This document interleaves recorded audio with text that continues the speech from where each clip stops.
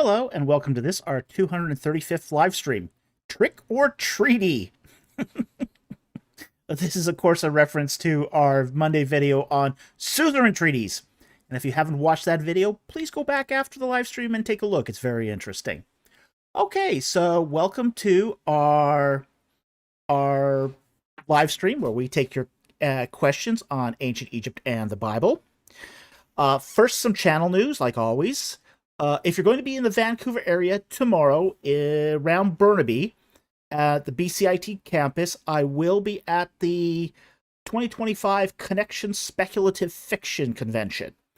I'm going to be a guest there, and I'm going to be doing several panels where I'll get to talk about things such as my book, constructed languages, the power of names, all that stuff. So, oh, I could do that, couldn't I? Yeah. Could I? Or is it? It's already packed away. Oh. But I can show it on screen. So let me just get that up there, and I will show you something super cool. If you might have been wondered what, in my books, particularly in the second book, All the Stars as Angels, we talk about a language called NACO 32. NACO 32 is not a fake language. It's a real constructed language. And I can show you the font for it. So it's a real constructed language. I did... Let's see here. This is what I can do here. Let's go to... Acrobat. Properties. Okay. First here. Take me a moment to pull up, but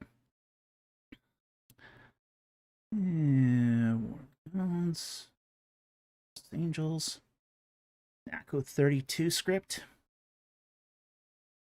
Okay, this is going to be one of the examples that I use doing this tutorial on how to create constructed languages.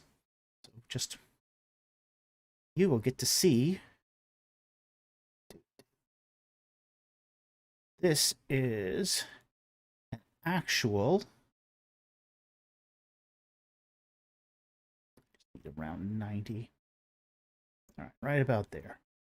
I will pull that up here, and you can all see what NACO 32 actually looks like.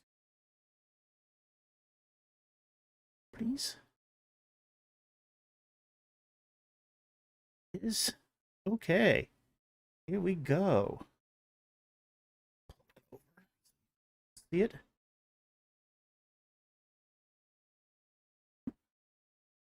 So that is what NACO 32, the actual written script, looks like. So this is actually a constructed language, and we have a biliteral script for it, and it was a language that I did create as sort of the world building exercise behind All the Stars as Angels. So it's one of those sort of little cool things that we can also do. So yes, it's a little bit Tolkien-esque, making your own languages for things. It doesn't have a cursive, okay? Let's see here. What about a cursive? It doesn't have a cursive, but it has a hexadecimal, okay? So it does have two scripts. It has a hexadecimal script, which is just a string of hexadecimal numbers, and it has because this is a machine language, it doesn't use a cursive, but it also has a block script. So this is one of the interesting little things that goes kind of behind the scenes in these writing projects. Is sometimes you just want to make the world building a little more rich. So what you do is you invent the language, how they would communicate in that language, what it sounds like. Like, for example, the language has no first person single pronoun. It doesn't have the pronoun I in it. That's why every android in that series goes this unit. There is no I. because they're a collective. So that collective nature feeds back into their language. So it's little details like that that sort of feed into this. Darkblade goes, it looks like a hybrid between Hangul and Chinese characters. Actually, the inspiration for it was actually Korean, where Korean actually has sort of multiple syllabification crammed into, say, the space of a single character. So that's so the inspiration for this script was Korean, but the syllabification was based upon more along Korean space is Hangul. Yeah, I wouldn't have known that. Okay. But that's basically where I got the inspiration from. Now the syllabification is something I got from Akkadian, where it's a biliteral script, as it were. So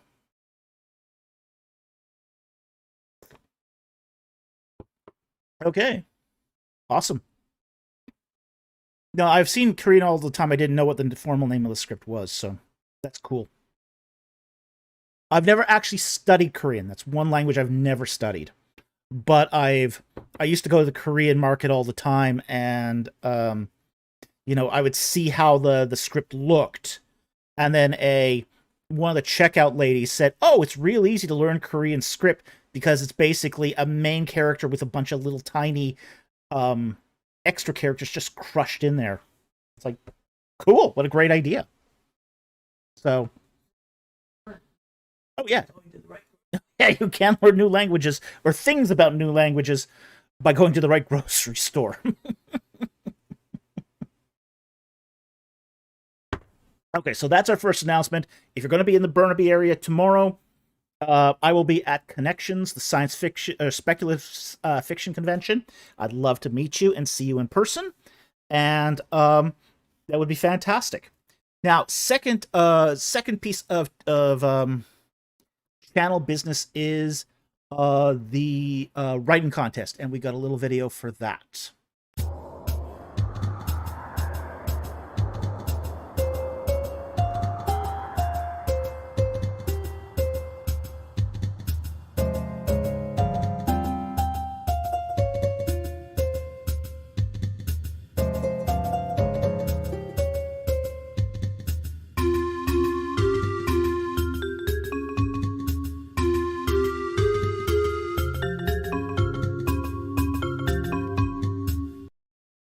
Okay, and the final piece of channel business is for those of you who are participating in next week's D&D game at ETS.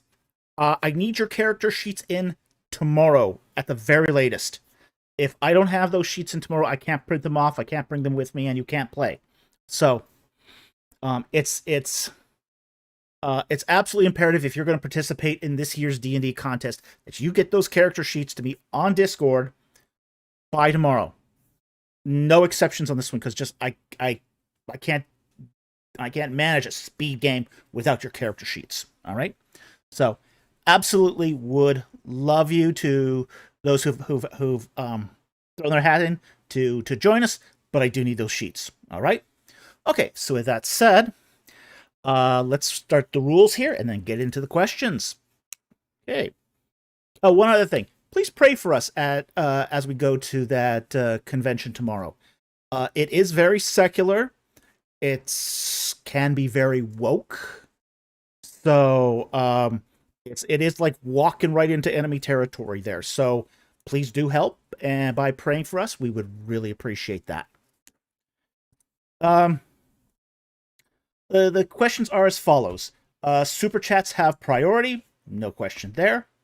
Next, we do take non-super chat questions, but you have to put a Q and a colon in front of them. No Q and no colon.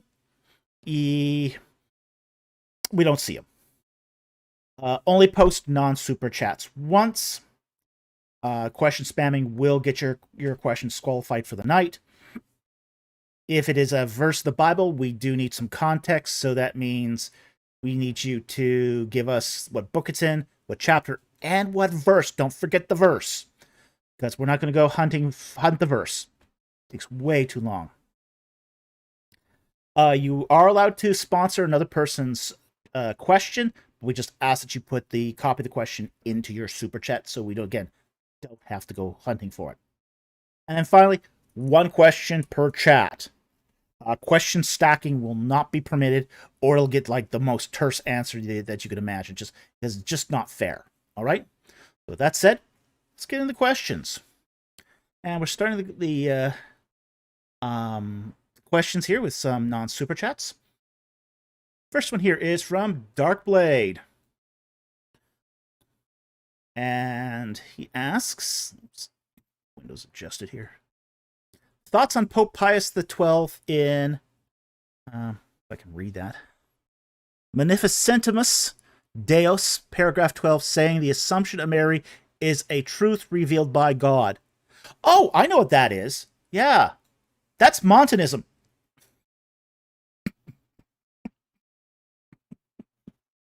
That's exactly what Montanism is. Special private revelation for doctrine to the church. That's Montanism.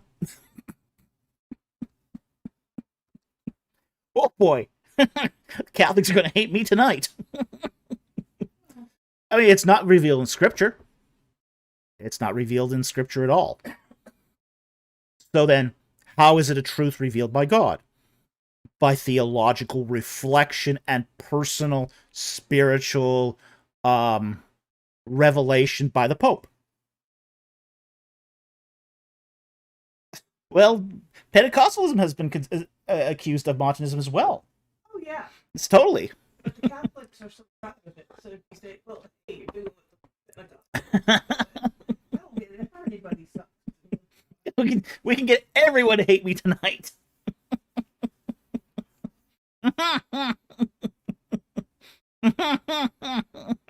Yeah, Ryan, at least they're not saying she's a co-redemptrix anymore.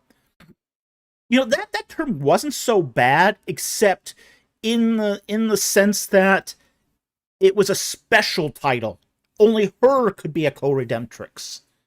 If they had just sort of kept that at the co-redemptrix, as in every Christian woman is a co-redemptrix and every Christian man is a co-redeemer, that would have been fine. But because they made it a special title, only applicable to her, that's where the problem was. So, again,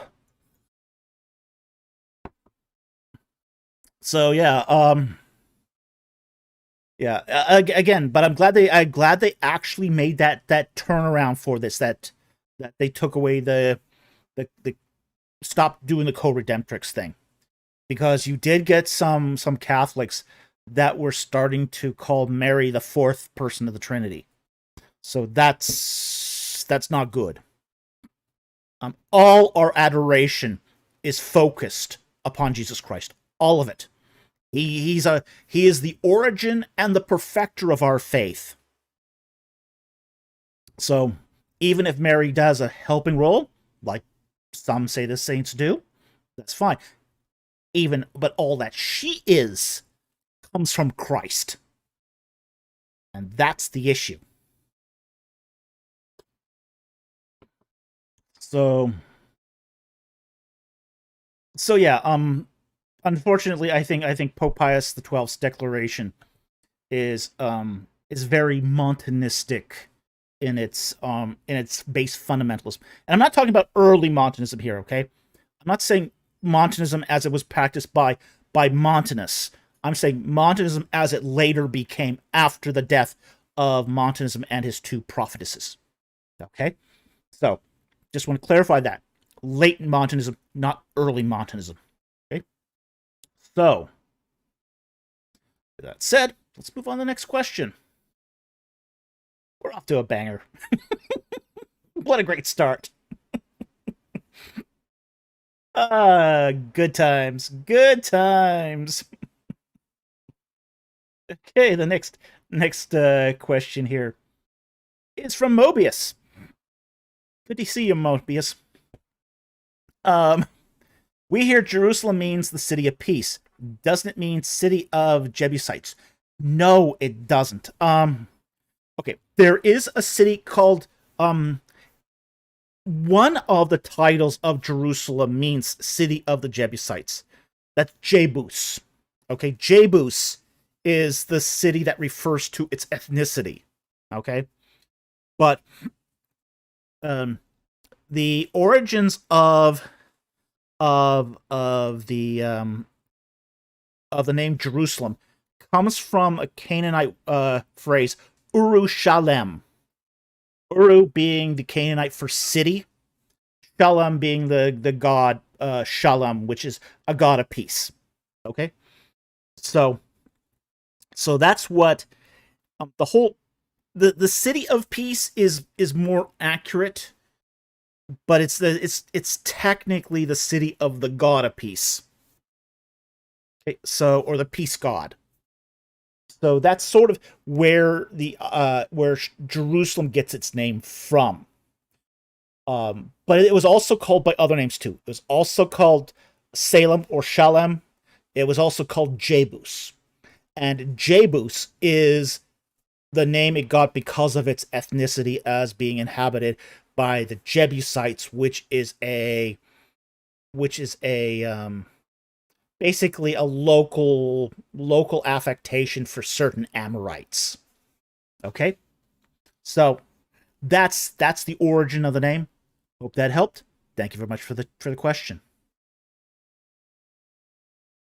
And the third question here is Darkblade asks, what's your take on the quote, rewriting history, Egypt's new kingdom started later than we thought, posted on SciTech Daily on November 10th of this year?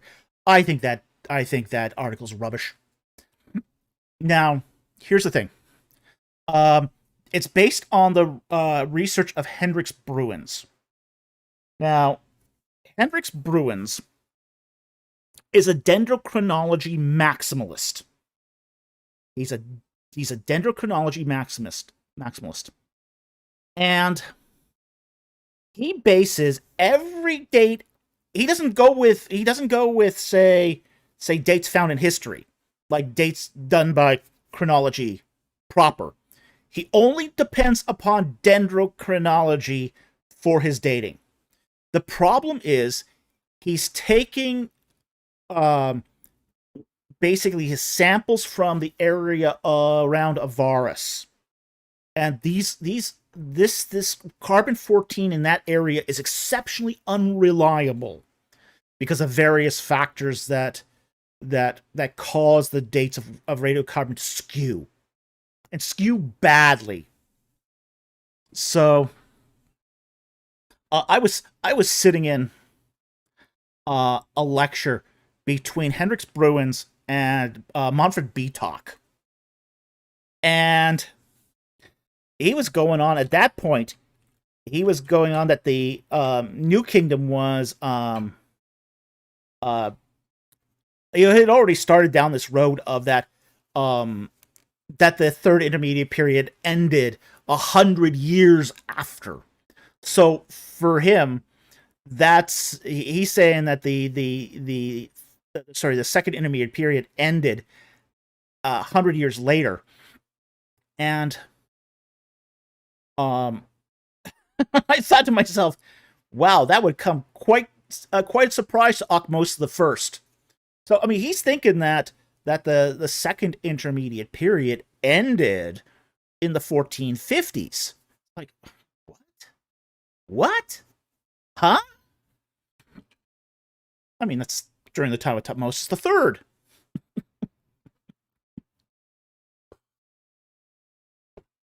No, I think Bruin's stuff is hogwash. I've always thought it was hogwash.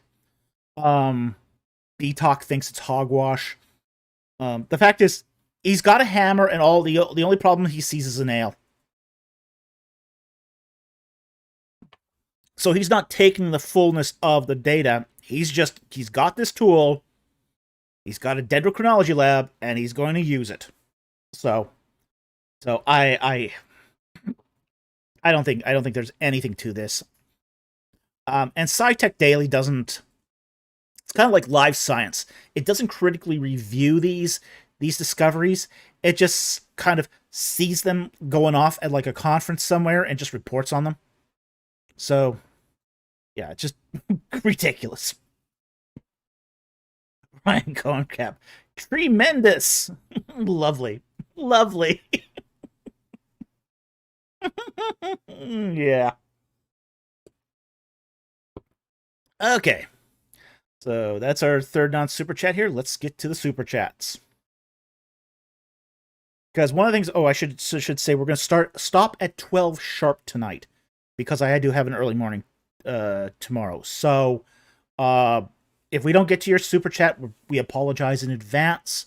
But from the rest of the night, we're going to take the super chats, give them priority, and try to get through all of them. All right, so let's get to it. Camilla Pard for $5. Is King Arioch of Eleazar synonymous with Eriku ridden Sim of Larsa? I'll do a quick check here of those dates. The problem is, Ridden Sim of Larsa, I believe, is in the right time frame.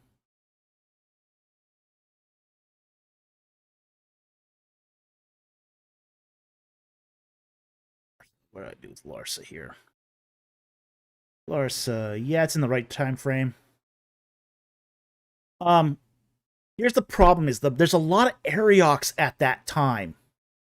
So, and then he completes areas. Eleazar related to Lenasura and Arioch to Eriuk from the Mari archives. It's really hard to say. As I said, the problem is there's a lot of Ariochs running around at that time. So I have not been able to sort of narrow it down myself. So it's really difficult to tell.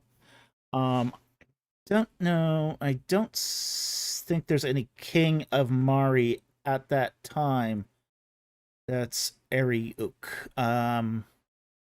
No. So Mari doesn't have a king by that name. Liansura. So yeah, this is going to be a really, really difficult thing to sort of nail down. So unfortunately, I can't give you guidance on this because there's a lot of names that are similar, and there were a lot of kings that were sort of went by names really close to this at this time. So it's really hard. Okay, so unfortunately, that's the best I can give you on this one. We just don't know for sure. Okay, so thank you very much for the super chat. Very much appreciated. Next super chat here is from Chow Yi for 15, and he asks, why is the logos translated as word rather than the reason in John 3:16? Could it more accurately be translated as sentience? I wouldn't connect it to the problem with logos when we talk about John 3:16 is in Greek literature it is a loaded word. It's really loaded, and it carries a lot of epistemological language from Greek philosophy. So while it can mean in an extended sense reason, it's sort of the kernel of thinking, not sort of sentience itself.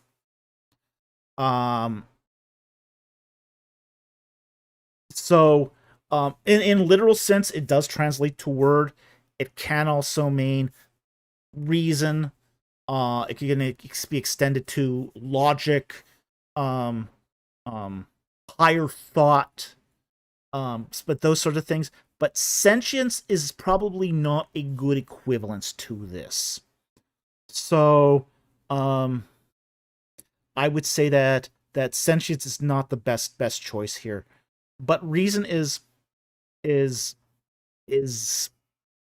is a good translation. Law, the higher thought might be a good translation, but sentience would not itself be it. Okay, so hope that helps. Thank you for the super chat, very much appreciate it.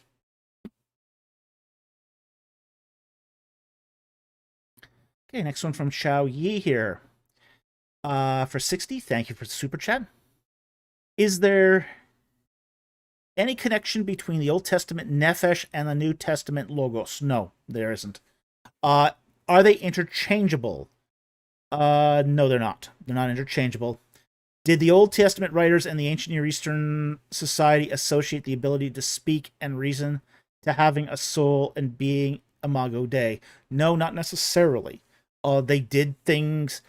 They did associate things sometimes that couldn't speak or couldn't reason with having a soul too. So, the Imago Dei is not really from Greek philosophy anyway. It comes more from Hebrew thought. So, the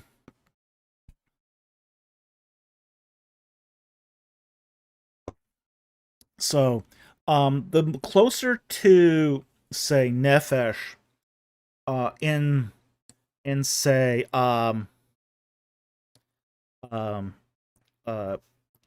in Greek thought would either be something like nous, which is a mind or emotion, or possibly pneumatos, spirit.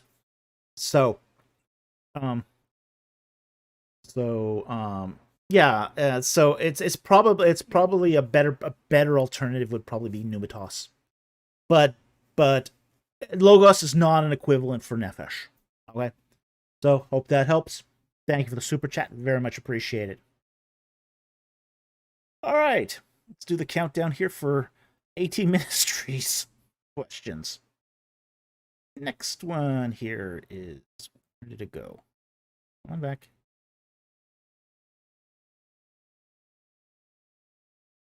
There we go. That's back. Okay. May you explain 1 Samuel 21:5. Okay, 1 Samuel 21:5. Let's bring up our Bible here. 1 Samuel 21:5. All right.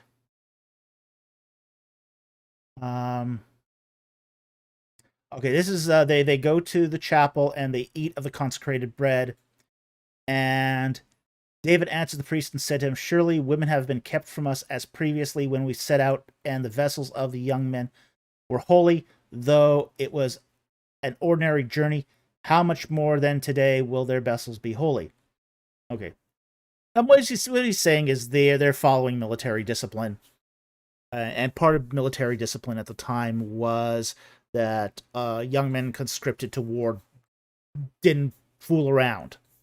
Okay, that was sort of the normal military protocol of their day. So, the fact that they weren't on a particular holy crusade as such didn't change the fact that they were still following the protocols of normal war. So they were following the protocols of war. They had not been tainted ritually, therefore they could partake in the holy bread. So that's sort of what's going on there. And I hope that helps. Thank you very much for the super chat. Very much appreciate it.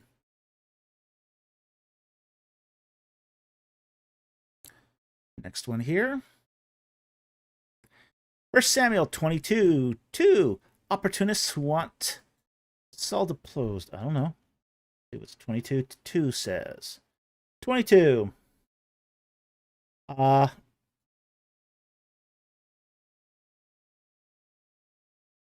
right, let's take that back to verse 1. So David departed from there and escaped to the cave of Adullam. And when his brothers and all his father household heard it, they went down there to him. And everyone who was in distress, everyone who was in debt, everyone who was discontented gathered to him.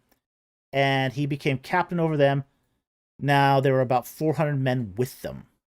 Okay. Uh, were these opportunists who wanted Saul deposed? These were probably people who feared Saul. We have to understand that Saul in his day was not was a was like a your basic tyrannical king of the ancient Near East. Okay, he was not a nice guy. Kings aren't nice people. Sorry to break that to you, but yeah, they're not nice people. They do terrible things to make sure their throne is secure, uh, including deal harshly with certain crimes. Uh, in this case, there were some who were, say, um, bitter over Saul's rule. As it says, everyone who is discontented, those are people who would be disaffected by Saul's rule, but also people who were in debt. Apparently, there were debtors that were on Saul's bad side. There were some who were in distress. Okay? So there's sort of a mixed group here of people who was who feared Saul, and probably with just cause. So David was able to gather a large following to him because of, say, Saul's treatment of others. So we're not talking about here somebody who was a wise, magnanimous king. He was a treacherous king. He was a volatile king. He was a harsh king. He was a king of war. So, yeah, there was good reason to fear Saul. So anyway, I hope that helps. Thank you for the super chat. Yep, some of them probably wanted Saul deposed. That's very possible, because there were some that were, as I said, discontented, basically bitter against Saul. Okay, so next one. What's a ak, a ba, and a ka? Okay.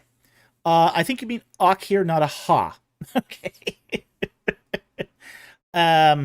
These are different aspects of the human person in Egyptian metaphysics. All right. Now, the ka, that's your living spirit. Your ka is your living spirit, similar to a nefesh in Hebrew.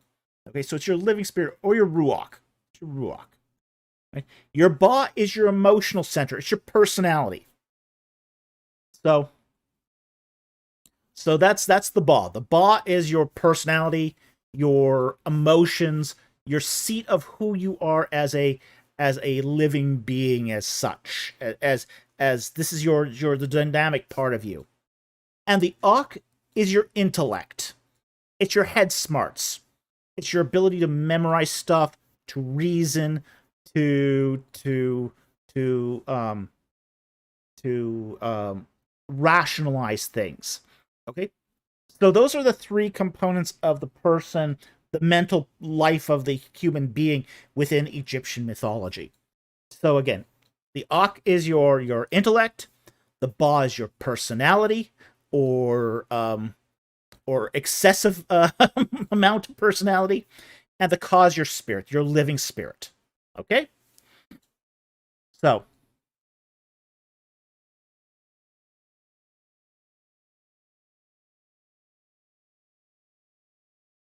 Darkblade asks the follow-up here. So for cause, the one I encountered the most, such as a foreleg for the ka of Seni, the justified, literally true of voice. Yes, that's a meat offering, and that's a very the stela of Senbi is a very famous stela that, frankly, you can give to a first year Middle Egyptian student, and they can translate this. But that foreleg to the ka for the ka of Senbi is a sort of it's a meat offering to sustain the spirit. So, hope that helps.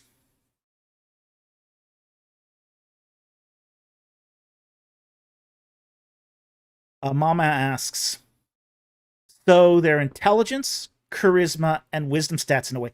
Actually, more like the intelligence, charisma, and hit points.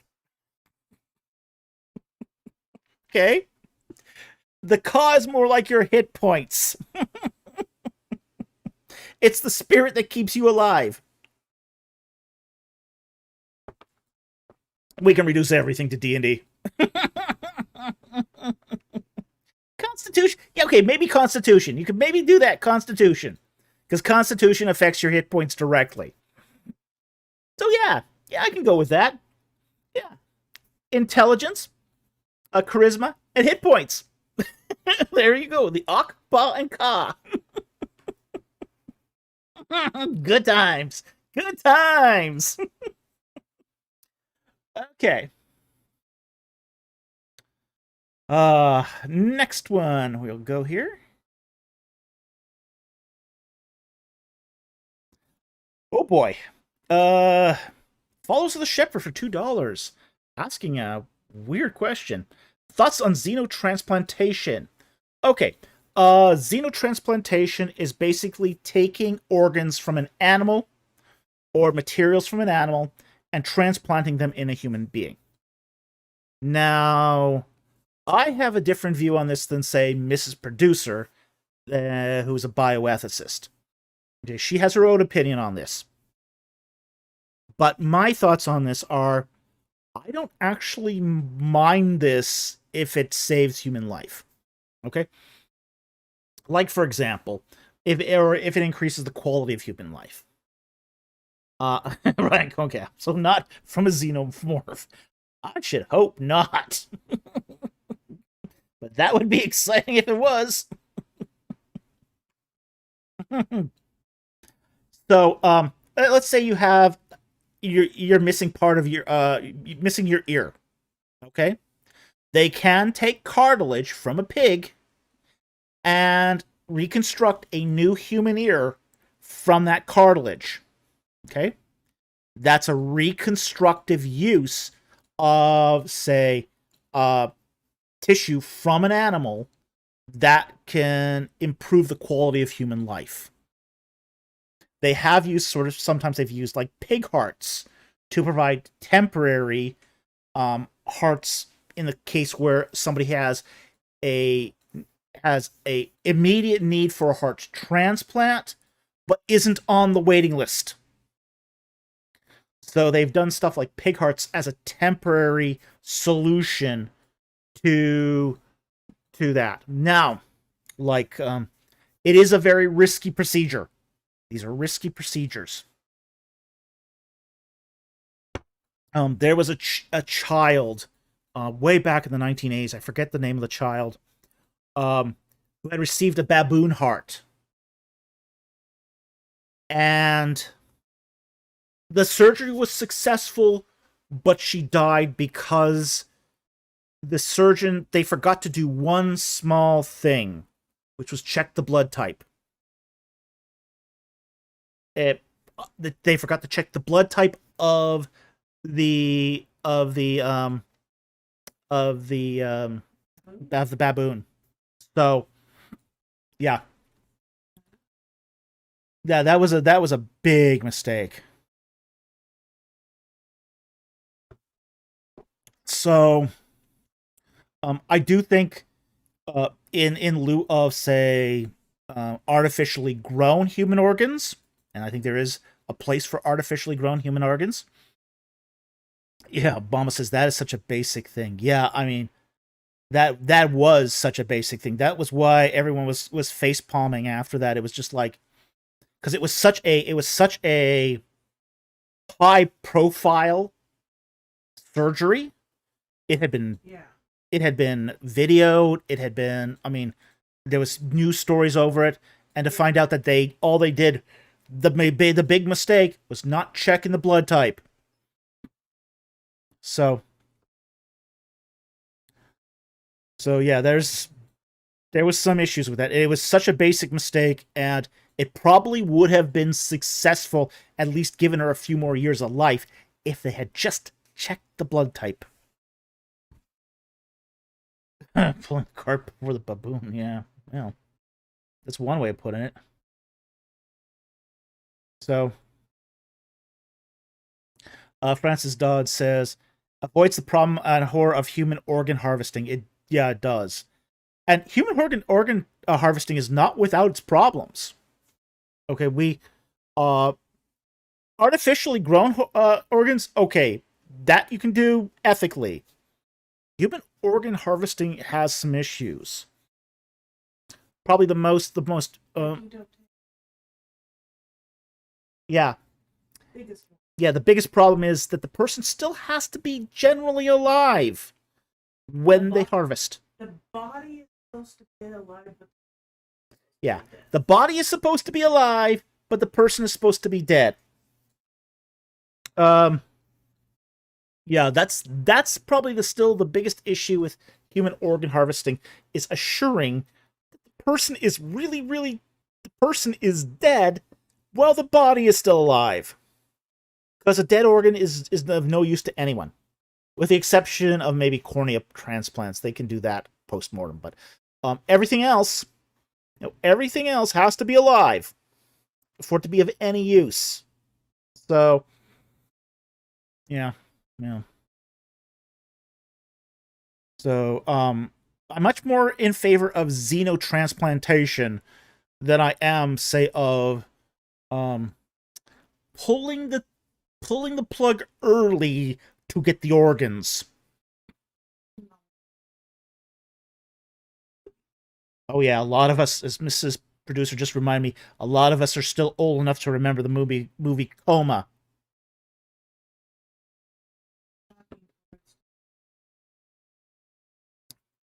Messianic Talmud. Blood types are always checked prior to childbirth, major surgical procedures, transfusions, and transplants. How did they miss that? Because no one was checking for a baboon. It's that simple. No one checked for a baboon. Well, here's one of the things is that, even though they probably check now, it used to be thought that you could use pigskin very easily for burn transplantation because of the blood type. The blood of, say, pigs is compatible with most humans. So there isn't that need to check it in the same way. But no one had thought to check the blood type for a baboon or even research that. So it's a problem. So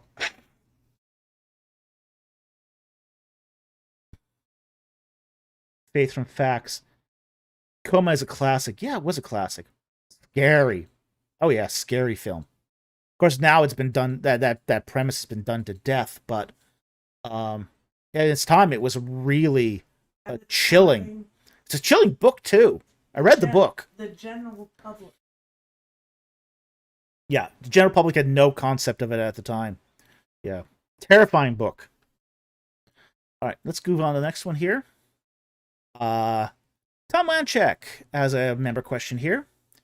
So many folks say 1 Samuel 13:14 implies David was spiritually close to God, but Golden Gate says it just means God chose David out of his own will. Thoughts?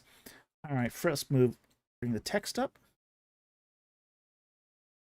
Yeah, it was a Michael Crichton book, I believe. I think it was one of his early ones, but I'm not sure.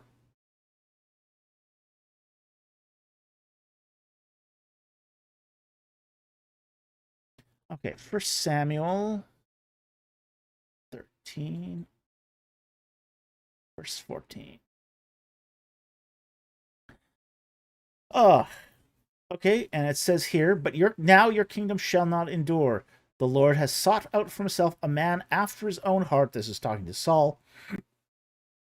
And the Lord has appointed him as ruler over his people because you have not kept what the Lord commanded you. Okay. I don't think this is that David was so spiritually close to God. I don't think but I also don't think that this is a statement that God chose David out of his own will. I think it's somewhere else in between this.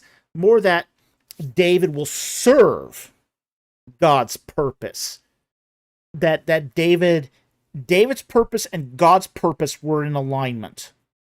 Not that David was close to God, but that David would do the things that God would want him to do, generally, not always, as we saw. But it's not that David was spiritually close to God, and it's not that God chose David, but that the two were in alignment. So because they were in alignment, God chose him over Saul because David will ultimately accomplish God's purposes. So that's what I think is going on here by this term, a man after his own heart. Okay? So, hope that helps. Thank you for the member question. Really appreciate it. And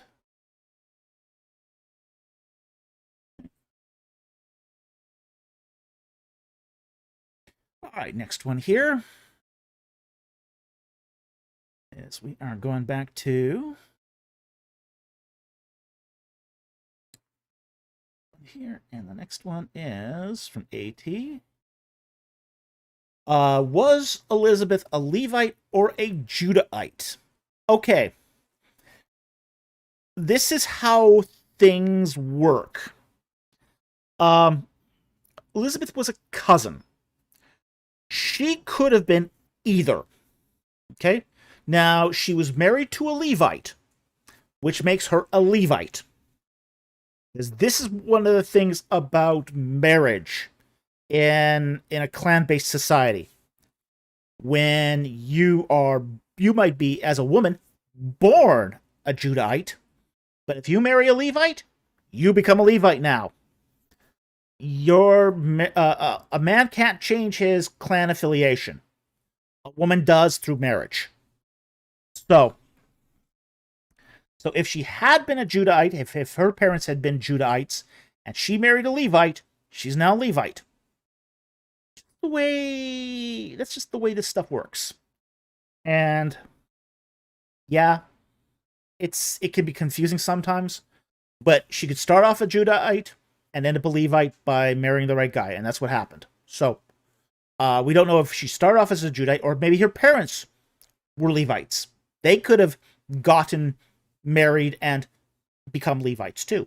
Like, for example, her father's sister might have married a Levite, which means she was born a Levite. So sort of, that's how it works. Okay, so it was Robin Cook who, Yeah. Okay. And Crichton loved it, and he wrote the screenplay. So Crichton wrote the screenplay, Robin Cook wrote the novel. Awesome. Awesome. Thank you for looking that up. Okay.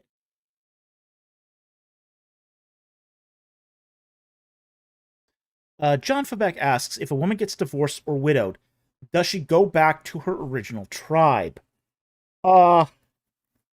Widowed? No. There's a lot of circumstances here. Divorced? Maybe. It depends upon, say, the circumstances behind the divorce. But widow, no.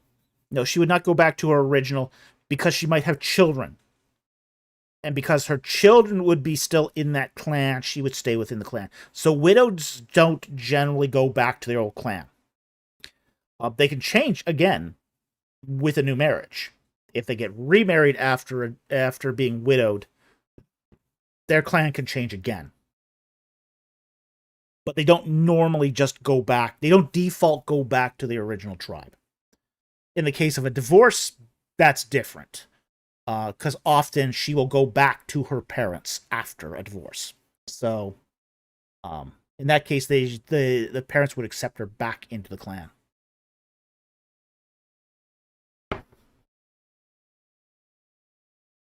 Okay, so next one here.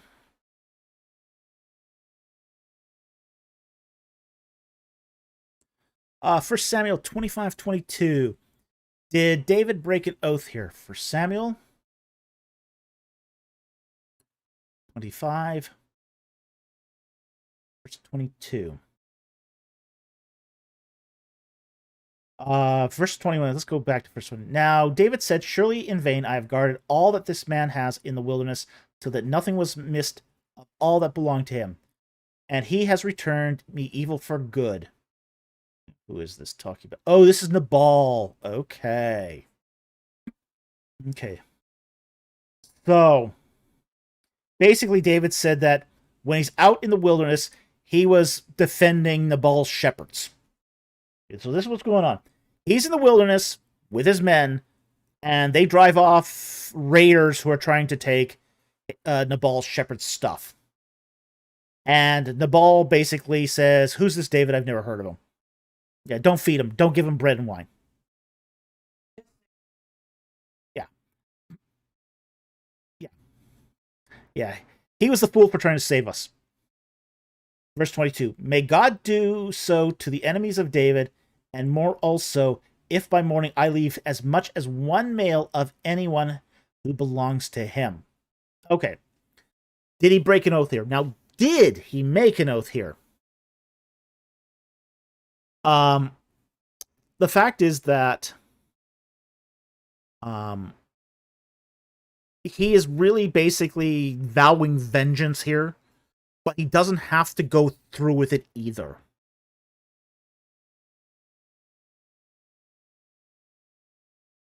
Timiar, interesting point. The male in this verse is an idiom. Yeah, it is an idiom. It is an idiom that means it means to urinate. Okay. It is an idiom. It means to urinate. Thank you for bringing that up, Tim. Always making the show more classy.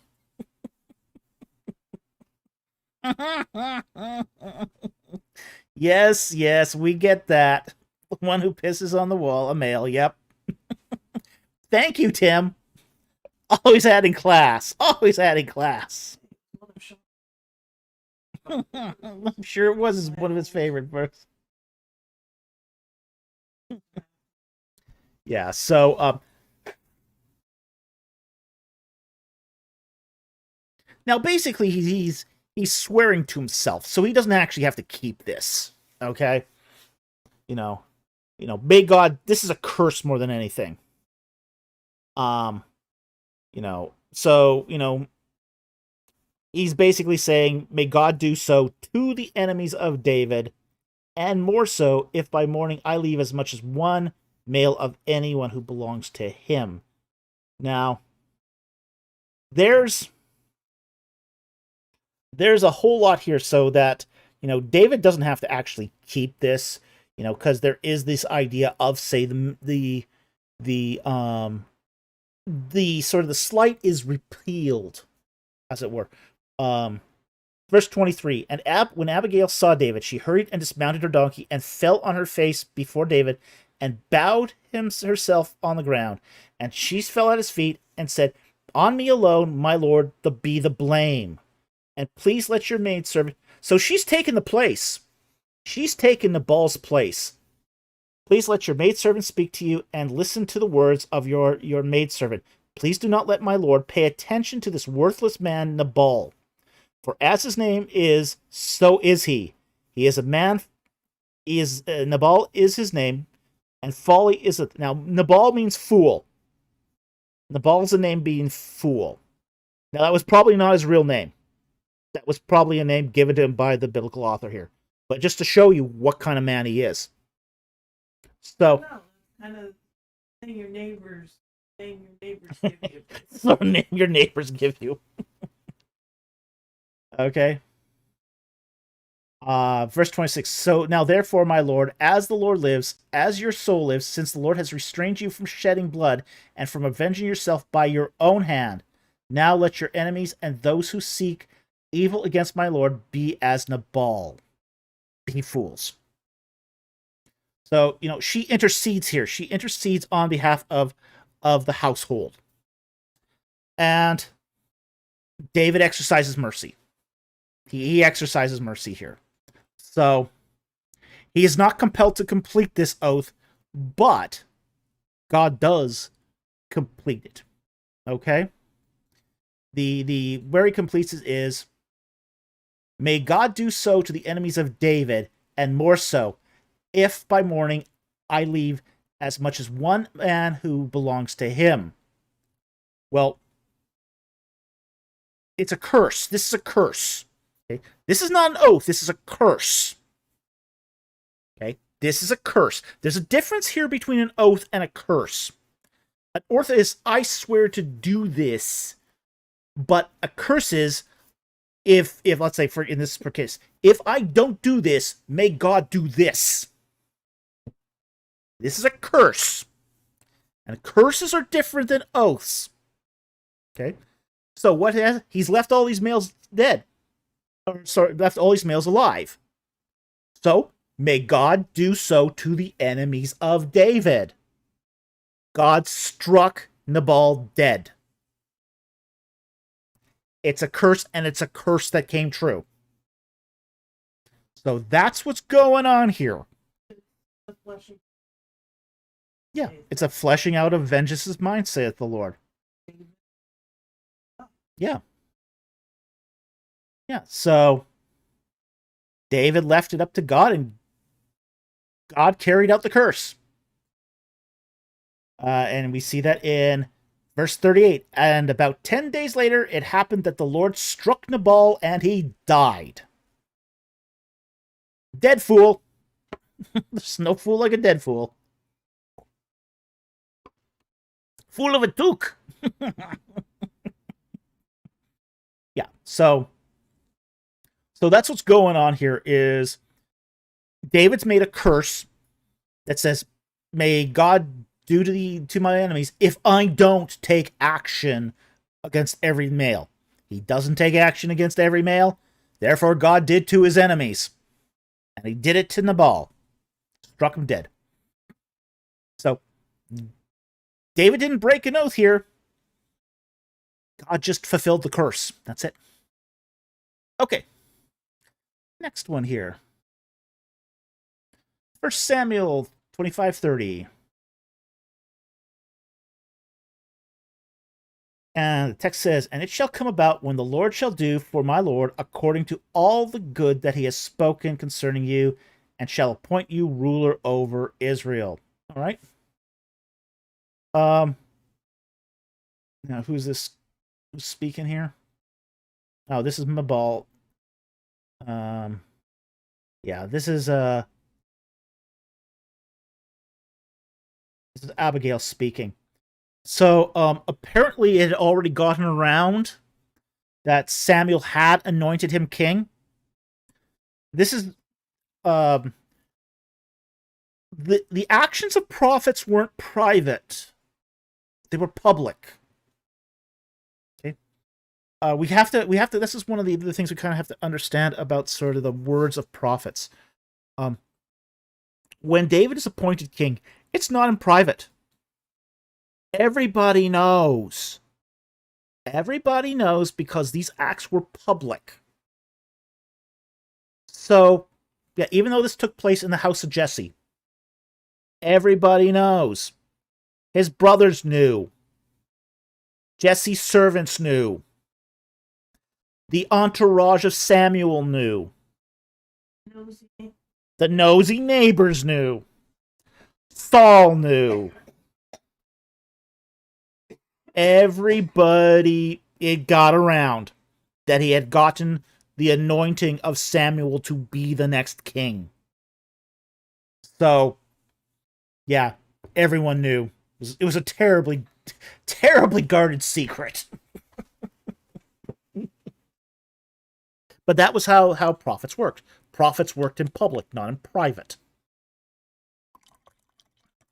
And you got this. I mean, I always sort of hate these sort of prophets du jour who say, I've got a private prophecy for you. No, that's not how prophecy works. Prophecies are public. You can find out the false prophets.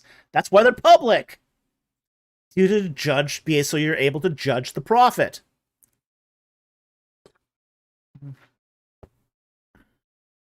Gaius Octavius, why didn't he try to kill him sooner? Because he was a war hero. He was handing Saul victories. He was useful. When they marched into Jerusalem together. They praised Saul for his thousands and David for his tens of thousands. War casualties. Okay, let's be straight about that. So David was useful. Saul needed him for his wars. So that's why Saul didn't dispatch him earlier. But eventually his jealousy got the best of him, and and everyone was looking at David as this is the next king. So rather than make the best of that situation, Saul went full aggro, and David had to flee to the Philistines. So yeah, that's why he didn't try to kill him sooner. Okay. Next one going to be from the Camel Leopards for $2. Money short. Question too long. Look below. Okay. We've all been there. Camel Leopard says, with the ages in Genesis not representing actual biological age, could Abram's disbelief in Genesis 17:17 be due to her, meaning Sarah, having recently gone through menopause? That could be part of it. I mean, it's very clear that she had gone through menopause, but she was also an elderly woman. If she was exactly that age, we can't be sure, but she was already an elderly woman, and the disbelief we have to keep in a little bit circumspect too, because it is clear that she was beyond childbearing age, and he was kind of beyond interest in sex. So, there was something going on there that where age was a factor. So, but it's also probable that the whole lifespan of Abraham being 180 years probably was more than one individual too. So yeah, it is. They did say it does say in the text that whoever conceived a child at that age. Okay, so it does sort of throw you back out of the text and go, hey, wait. Terah was 135, supposedly older. 130. He was 130, supposedly older than Abraham and Sarah when they gave birth to Abram. So, you really can't. Yeah, you really have to sort of take these little pericopes into the sort of what's the current going on in the moment there, because the broader text will talk about things in a different way. So, yeah,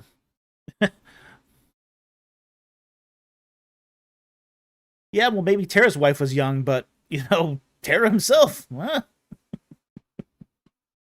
But there was lots of patriarchs that supposedly gave birth at tremendous ages.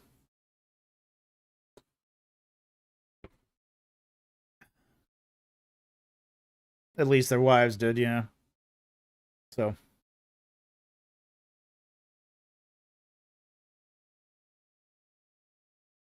Okay, let's move on here. Louis Sandoval for $1.99. Thank you for the super chat. Why is God absent in the book of Esther? He's not, but he is. You never find the name God in the book of Esther. He's never mentioned. Yahweh's not mentioned once in the book of Esther. But what you have in the book of Esther is miracle of timing after miracle of timing after miracle of timing after miracle of timing. Okay? Yeah, absolutely, Ryan. He's not absent. He's just not mentioned. Yeah. Like the whole fact that Haman rolls the dice that happens to be on the day that is of particular significance. There's a lot of coincidences, little miracles of timing. Esther gets selected to be a minor queen. She's a minor. Okay, let's be very honest about this. Esther is not the great queen. She's not the great queen of Horosh. Okay. The great queen would have been a royal person, a political marriage. She's a minor queen.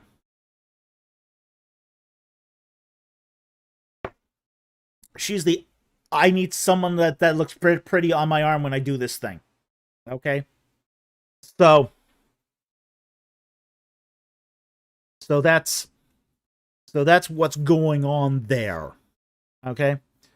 So Esther's a minor queen, but she's in the right place at the right time. Coincidence or providence? Haman rolls the dice. Exactly the result that is going to be needed to give the Israelites time to save themselves. Coincidence or providence? Haman builds a scaffold to hang the Jews, and ends up being hanging on it himself, which is really... Scaffold is not for hanging from the neck, by the way. It's impaling. All right? Coincidence or providence? The king walks in when Haman falls and lands on Esther's dress, the hem of Esther's dress. Coincidence or providence? Providence all the way through. Ryan Cohenkamp. So how many total queens are we talking about here? Hundreds. So she was part of the harem. Why she didn't have permission to go address the king? Because as a harem, you don't have standing to go and address the king. One of the things about the Esther story is she took her life in her hands by approaching the court, approaching the king on his throne without an invitation. So, and she could have been executed for that act. Because she did something out of the protocol. So, imagine the wedding bills. Imagine the cost of keeping them clothed and fed. Harems weren't cheap. They were not cheap.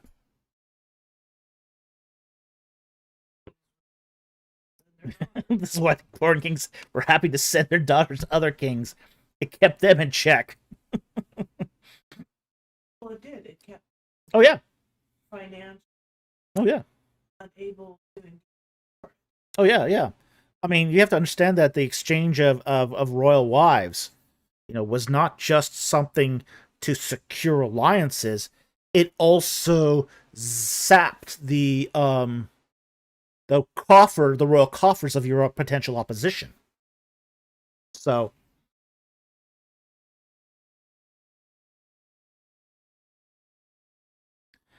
Darkblade, does this her being a minor wife resolve historical objections? Like, it's impossible for this to have happened? I think so.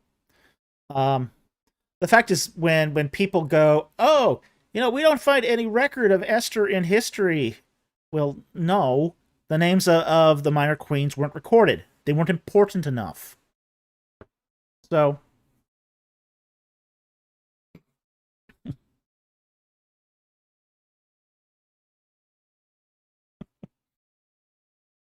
yeah, we won't repeat that Solomon remark.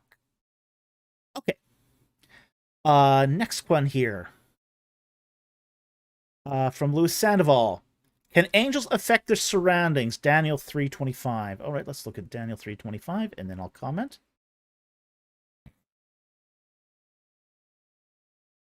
Daniel 3:25. Verse 24 we'll start with. Then Nebuchadnezzar, the king, was astounded and stood up in haste. He responded and said to his high officials, Was it not 3 men we cast bound into the midst of the fire? And they answered to the king, Certainly, O king.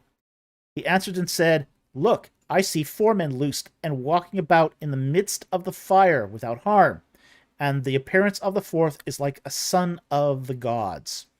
Okay. The answer to this is yes. Angels can affect their surroundings. They can interact with the physical world. We know that demons can do this. They can levitate objects. They can interact with human bodies. They could definitely affect their surroundings. There's no question they can do this. So yeah, for this is easy for angels to do. So, and depending on the power of the angel, they can do a lot more than this. They can bring down all sorts of wrath and judgment if unleashed to do so. So absolutely, this is within the purview of an angel's ability to affect their physical surroundings. They're not spirit critters. They're spirit critters with power, and that power allows them to do other things, including manifest simulacra bodies and to affect the environment around them. All right. So I hope that helps. Thank you for the super chat. Very much appreciate it.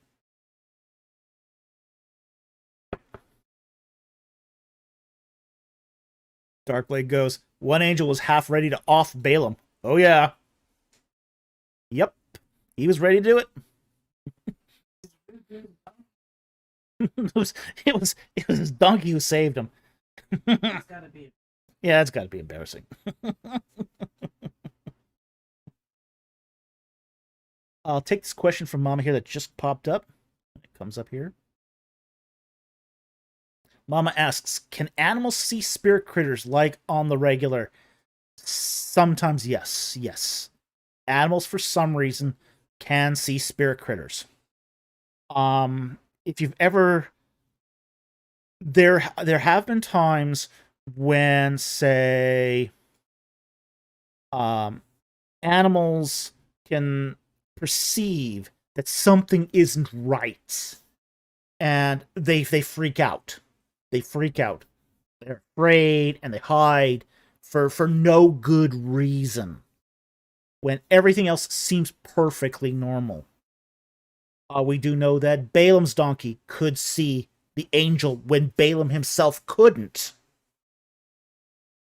So, some animals in particular, seem to be acutely sensitive to the presence of spirit critters. So, I hope that helps. Thank you for that follow-up question. All right, next one here is from AT Ministries. Thank you for the super chat. 1 Samuel 27:10. David lied. Yes, he did. Let's see what happens here.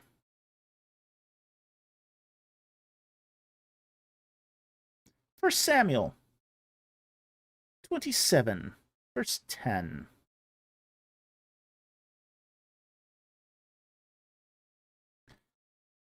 And we'll start verse 9. And David attacked the land and did not leave a man or woman alive, and he took away the sheep, the cattle, the donkeys, the camel, and the clothing, and he returned and came to Achish. Achish is a Philistine. Now Achish said, where have you made a raid today? And David said, against the Negev of Judah, against the Negev of the Jerahmeelites, and against the Negev of the Kenites. Busy day. When verse 8 it says, David and his men went up and raided the Jezreelites, and the Gerasites, and the Amalekites, for they were inhabitants of the land from ancient times, as you came to shore, even as far as the land of Egypt. Okay. Now, did David lie? Yes. Yes, he did. He did. Because frankly, The Philistines were at war with the Israelites. They were not at war with the Jezreelites or the Girzites or the Amalekites. So David sort of pummeled the enemies of the Israelites, which probably would not have sat well with Achan or Achish. So Achish would probably have not been happy that his guy was going off and potentially starting wars with with nations that the Philistines were not at war with. That would have not have been a good look for someone that Achish had taken under his protection. Because we got to remember, at this point in time, David fled Saul and had become a mercenary for the Philistines. He's supposed to be picking battles against Israelites, not against Geshurites or Amalekites or Girzites. Okay? So, to maintain good relations with his benefactor, he lied. He plundered these other nations, which were supposed to be driven out anyway, and basically killed them and took their stuff and gave it to the Philistines. So, that's pretty much what went on there.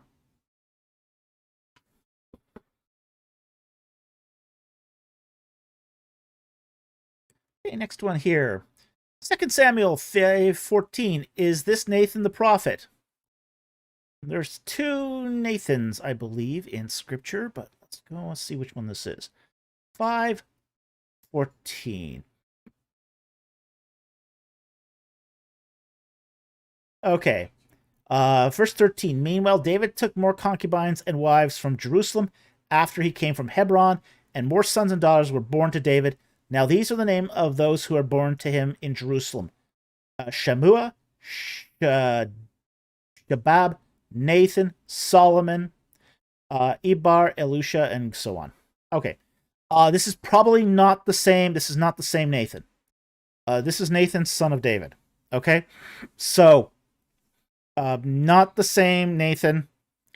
The Nathan was a prophet, and we're not exactly sure what is, but probably Nathan would have probably have already been an elderly man by the time, because David reigns in Jerusalem for over 20 years. While he's in his 50s when the Bathsheba incident happens. His children at that point, they're sort of in their late teens, early 20s already. But that would not have been the prophet that would have prophesied against David for his indiscretion against Uriah. So I don't think this is the same Nathan.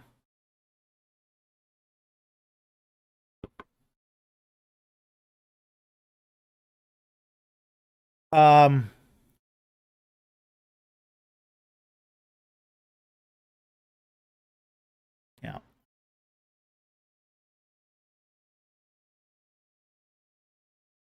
So did David purposely name his son after Nathan the prophet? No, it's a common name.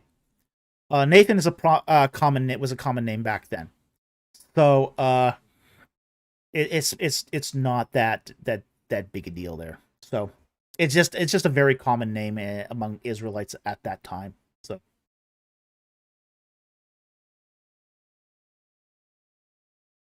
next one is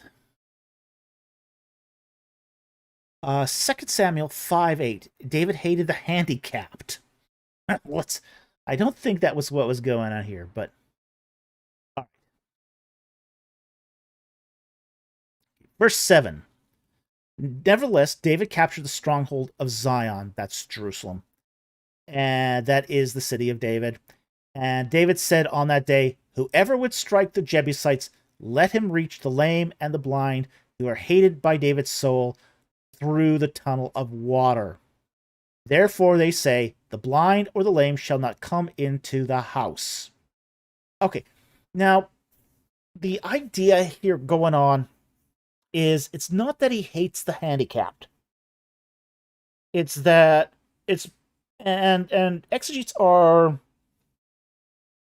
are divided as to what exactly this means. Now there are a few exegetes that do say that this is a ableist prejudice of David.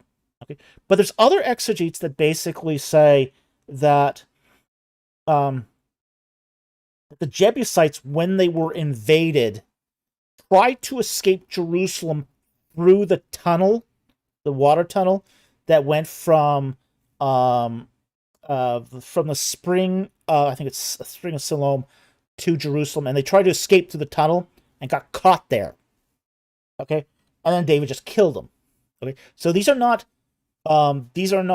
basically people who are naturally lame or blind, but they were caught in the tunnel as they tried to escape, and David just dealt with them as, even though they were perfectly able-bodied Jebusites.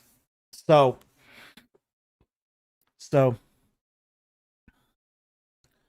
Scott Worthen says handicapped men are unrecruitable in his army. Yeah, but he didn't kill everybody in Jerusalem anyway. But there were those who tried to flee. So, it's more of an insult, and I agree with these exegetes that basically that this is an insult to the strong men of Jebus. Okay, the strong men of the Jebusites. That they are like the lame and the blind. Because it says, whoever would strike the Jebusites, let him reach the lame and the blind. So this is basically a kind of mockery. You want to go kill a Jebusite? You're going to reach the lame and the blind because they're useless. Okay? So it's putting down the strong warriors of the Jebusites. So that's what's going on there. It's not that these are guys that they're going to get recruit, because it's going to take time for Jebusites to become assimilated into the normal population. But it's David more or less putting down the Jebusites' finest warriors. Ryan Cohenkamp. That's so lame. Yeah, it's kind of like that. It's kind of like that. Lame, lame, lame. Yeah. Yeah, David is basically insulting the Jebusites' finest. Say, okay, yeah. You're going to reach them, they're going to run. They're going to run, and they're going to hide in the tunnels. You're going to catch them there, and they're going to act like cowards, just as if they were lame and blind, and then you could do your thing. Okay. Next one here is from Baron Salvatore for $5. Thank you for the super chat. Why do you think Christianity has spread well in places like China, hasn't spread well in places like China or Japan compared to other countries?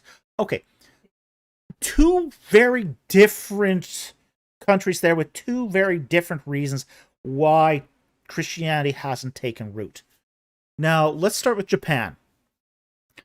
Because the history of Japan and Christianity is complicated. It actually spread like wildfire, I believe during the 17th century, during the samurai period, okay? During the shogunate. And what was so distinct about Japan during the shogunate was this idea of loyalty to one's master above everything else. Japanese samurai understood this.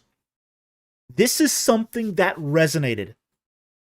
They also understood that human masters were fallible.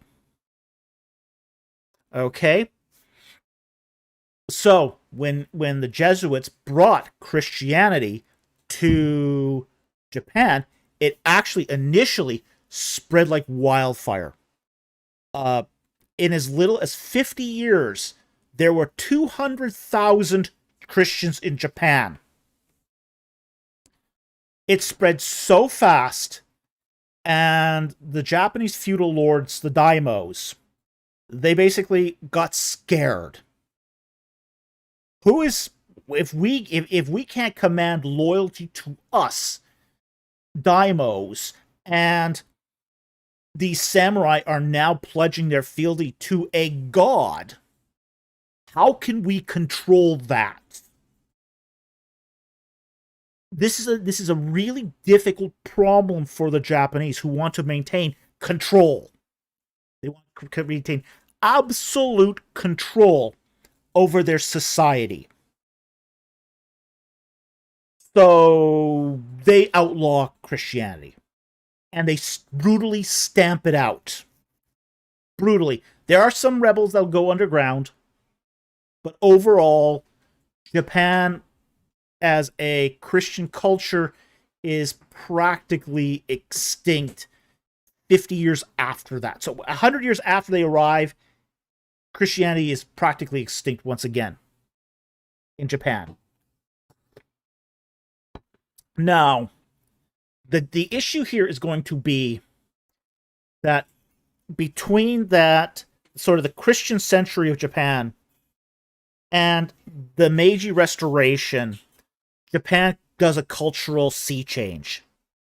You get the restoration of the emperor, and a focus not so much on, say, fealty to your lord, Budo, but you're going to get cohesive loyalty to your society and to the emperor. At the end of World War II, the emperor is reduced to more or less a figurehead, but that loyalty to your society, that conformity, that remains. And the conformist culture in Japan has made it very, very difficult for Christianity to take root again. Now, there are Christians in Japan, but they aren't very many. They account for, I think, 0.5% or something, like really, really small numbers. Okay? So that's why it didn't take root in Japan. Now, in the case of China, it's different. In the case of China, China has had missionaries going back to the 5th century AD. There's been a lot of missionaries that have gone to China over time. One of the problems with China, though, and why it never sort of took root and resonated with the Chinese, is a cultural reason, but it's a different cultural reason. And that cultural reason is that China does not have a strong definition of sin. Okay? So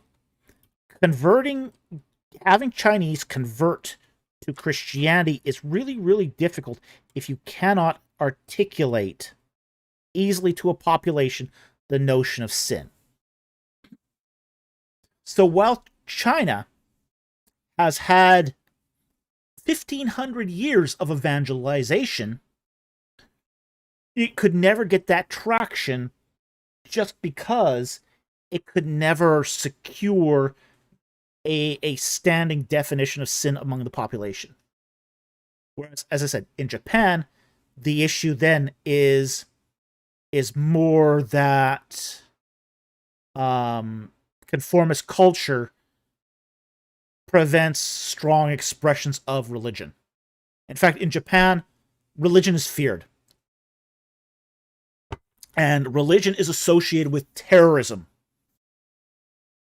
So, because religion is said to upset culture in Japan.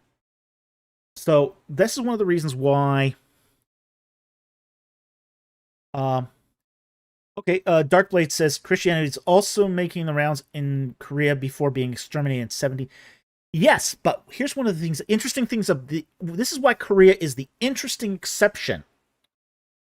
Um, Korea stamped out Christianity in 1785, but it allowed it back in the 1850s. And in Korea, Korea's different. And this is what's really fascinating about Korea. Korea had, in the 1850s, started allowed missionaries back in who made these little schools and churches and all that. And it didn't get a lot of traction. Then World War II. And World War II, the Japanese invaded Korea. And what the Imperial Japanese did in Korea was it closed the schools, closed the churches, and made it a crime to practice Christianity. And thus the Koreans saw becoming Christian as a way to stick it to the Japanese. So becoming a Christian in Korea was a sign of rebellion to the Imperial Japanese. So this is why today, well, it might not be the most pure motivation, but it is the motivation. So today, the country that sends the most missionaries per capita in the world after the United States is Korea, South Korea.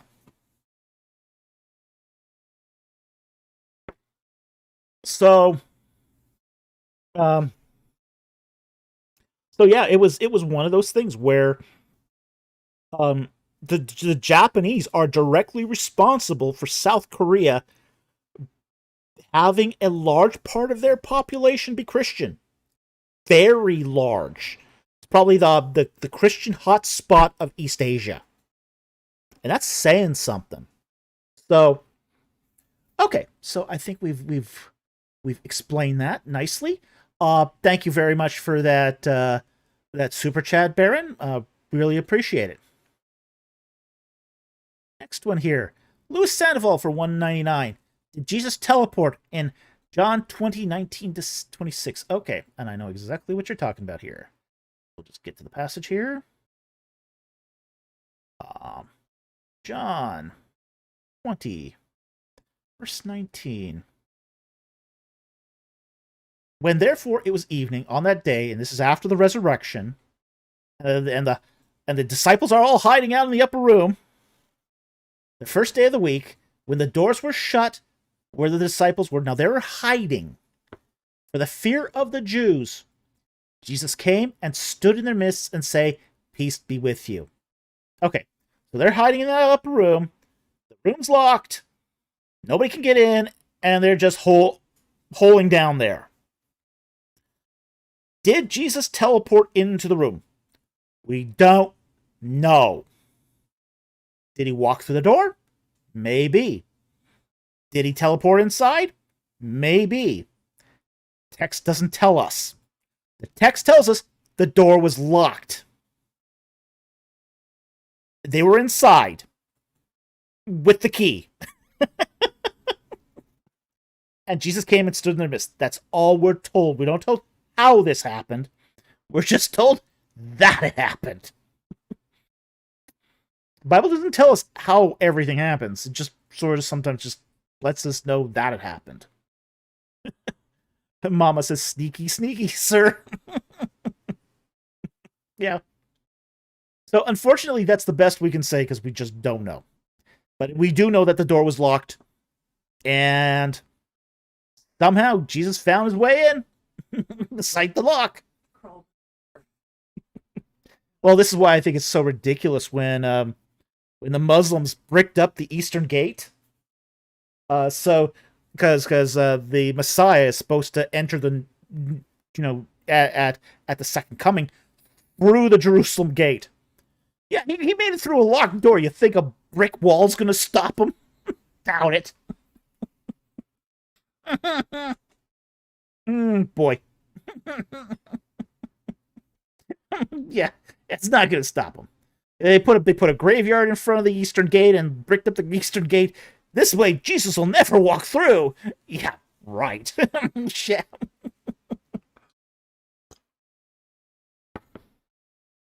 Ryan. Guys, the window is unlocked. Amateurs. Well. Yeah, if Jesus wants in, he can get in. It was a creative try, yeah. Okay. Louis Sandoval for 199. Does 1 Kings 19:11 to 13 imply two persons of Yahweh? All right, we will look at that.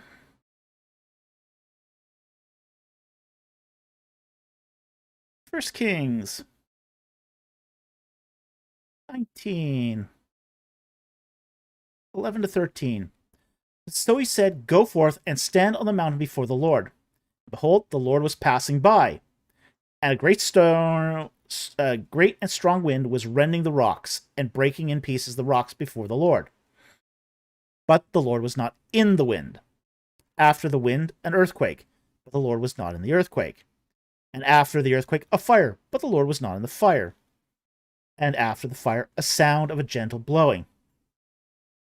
And it came about when Elijah heard it that he wrapped his face in his mantle, and when he stood out in the entrance of the cave, and behold, a voice came to him and said, 'What are you doing here, Elijah?'" Okay, now, there are verses that imply two persons of Yahweh. Isaiah 44:6 is probably the most famous one. This one I don't think does. I think you can see this from either a two-person or a single-person view as such. But I don't think this applies to persons per se. Isaiah 44:6 is actually much stronger than that. 44 verse 6. Thus says the Lord, the King of Israel, and his Redeemer, his being possessive, the Yahweh of hosts. So thus says Yahweh, King of Israel, and his Redeemer, the Yahweh of hosts. I am the first, I am the last, there is no God besides me. So we got two persons, one in possession of the other, that then says, there's no God besides me. So this is a much stronger verse. And I have seen people try to reduce this to say this is thus says the Lord, King of Israel, who is the Redeemer and the Lord of hosts. But it makes complete gibberish of the sentence if you do that. So I know that there are people who try to force Isaiah 44:6 into a one-person Yahweh mode, but it really, as I said, it makes a mishmash of the text. So, but yeah, 44:6 is a much better verse for showing the two persons, because it shows it directly. It shows it doesn't even pretend. It doesn't even imply it. It actually states it through the use of the possessive pronoun. So, but 1 Kings 19:11-33, you can interpret that either way, I think. Okay, so I hope that helps. Thank you for the super chat. All right, next one here from 18 Ministries is 2 Samuel 2:12-16. What just happened? Okay, let's find out what just happened. 2 Samuel 2:12. Okay.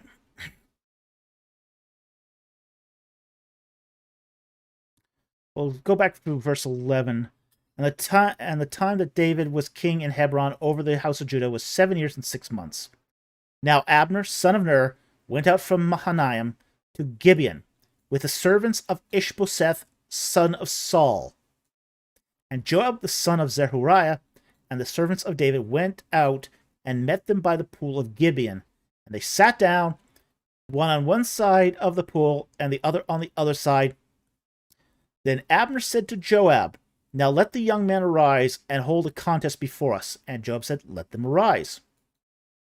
So they arose and went over by court, by count, 12 for Benjamin, and Ishbosheth, the son of Saul, and 12 the servants of David. Each one seized his opportunity by the head and thrust his sword in his opponent's side, so they fell down together. So this place was called Helkah Hazaraim, which is in Gibeon. Okay, this is what's going on. Okay, when this is the start of a civil war. David is king in Hebron already, but there are claimants. There are sons of Saul that are still alive, and they're claiming the throne. Ishbosheth is one of them. He's a claimant to the throne after the death of Saul. So, even though the prophet has already anointed David to be Saul's successor, Ishbosheth disagrees with the prophet. So, Abner joins Ishbosheth's team, and Joab joins Team David. And they're going to meet in the middle here to sort of duke it out. Okay?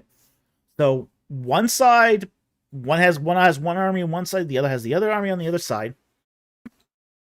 And the way that these armies normally go to war is there's usually a contest that happens before the battle. Okay? We saw this with David and Goliath. Because here's the thing. No one wants to die. Okay? Soldiers are afraid to go out there and get killed. Yeah, Ryan Camp says, so just like David and Goliath, exactly like David and Goliath. But here in this case, you get 12 champions on one side, 12 on the other, and they fight it out as a kind of David and Goliath contest. And this is to whoever wins will give courage to their side to win the conflict. So that's generally how these contests work. They're basically a way of emboldening your side to win the fight. Now, here's the problem with this particular contest. Everybody in the contest dies. They actually kill each other. Okay? Nobody has win this thing. And what happens is, verse 17, and that day the battle was very severe, and Abner and the men of Israel were beaten before the servants of David. So, there's a Joab's and David's side win, but it's at a huge cost. Okay? It's at a huge cost that this happens. So,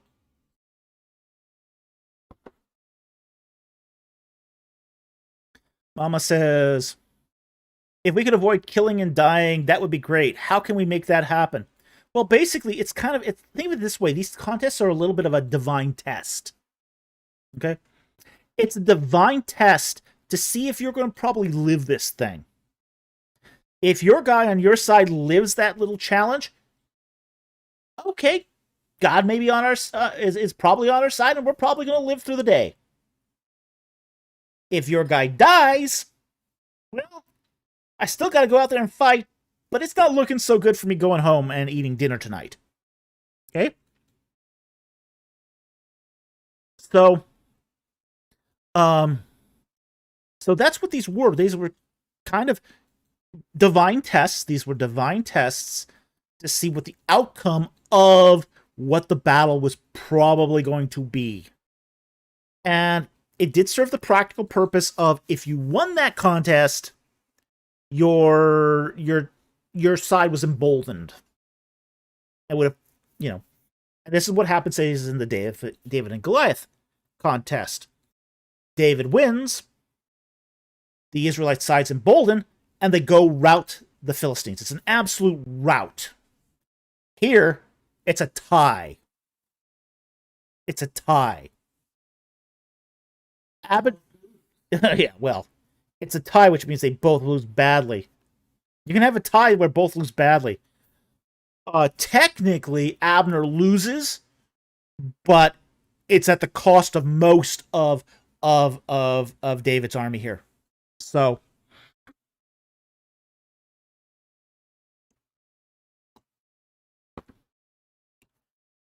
anyway, I hope that helps. Thank you very much for the super chat. Very much appreciate it. Next one here. 2 Samuel 2:7-9. So the Judah-Israel divide predates the actual divided monarchy period. No, not quite. 7:9. Okay. 2 Samuel, verse 2.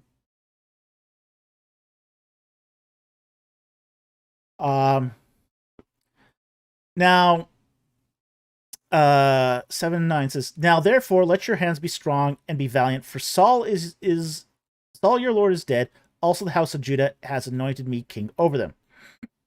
But Abner, son of Ner, commander of Saul's army, has taken Ishbosheth, son of Saul, and brought him over to Mahanaim, and made him king over Gilead, over the Asherites, and over Jezreel, over Ephraim, over Benjamin, and even all of Israel." Okay, now it's not so much the Judah. It's not the same as the divided monarchy period. The divided monarchy period is the tribe of Judah plus Benjamin against the other 10 tribes. Okay, so that's the divided monarchy period, and it happens after the reign of Solomon. This is the civil war over who gets the throne, and it's really the forces of Saul, the Benjaminites mostly. These are mostly Benjaminites. And some Ephraimites, etc., and Asherites. But a lot of the Israelites sort of sat this one out. Okay? So even though Abner made Ishbosheth king over Israel, his control over the clans was iffy. He had a very tenuous grip over the clans. Whereas David had an absolute power over Judah. So, given that Ishbosheth was not a popular choice to be king over Israel. A lot of people had already seen Ishbosheth as kind of a coward. Okay. Ishbosheth, the name means man of shame. Probably not his original name, like Nabal. Yeah, Ishbosheth means man of shame. The question was always that lingered always over Ishbosheth's head was, why wasn't he there with Saul on the battlefield when Saul died? Saul's other 2 sons were. Where was Ishbosheth? And that sort of thing, that sort of reputation as a coward lingered over Ishbosheth. So, while Abner was an extremely respected general among the Israelites, Ishbosheth wasn't. He wasn't respected. He was seen as a cowardly figure. So, not a lot of the Israelite clans were willing to fight for him. So that's sort of the reputation he had gathered here. Is that, yeah, he's a cowardly figure. No one is willing to put their skin on the line for him. So, while people would have gone and fought for Saul against the Philistines, because Saul was respected, he might have been hated. He was volatile, jealous, but Saul was certainly respected. Ishbosheth wasn't. And the clans of Israel were not going to put their skin on the line for him.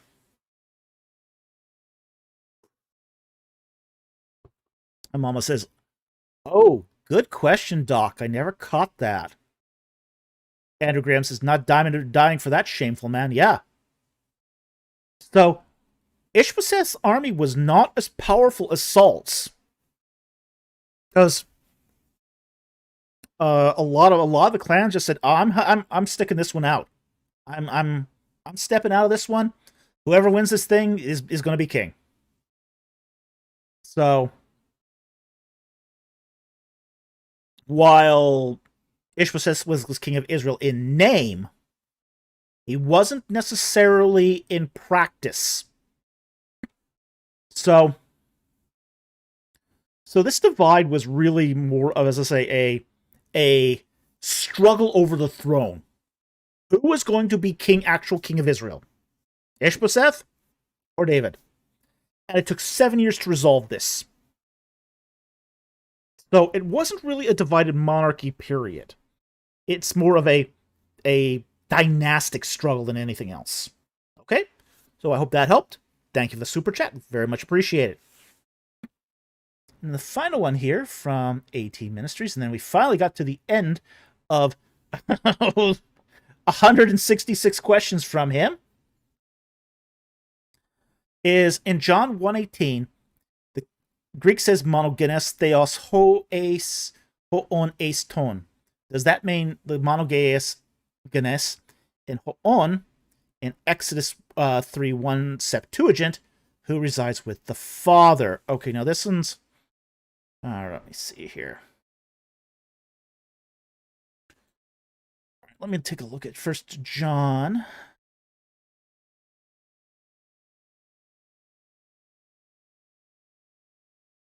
And then we'll go to the Septuagint.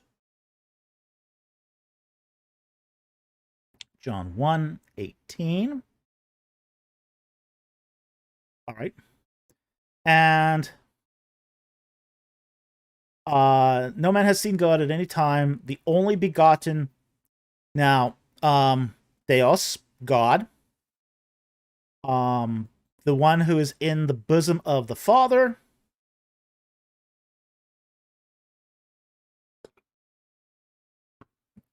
Okay. So the one who is in, let me just take a look at the Greek here to make sure I'm on track with you here.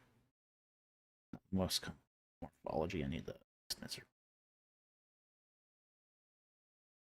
New Testament. Okay. John 1:18.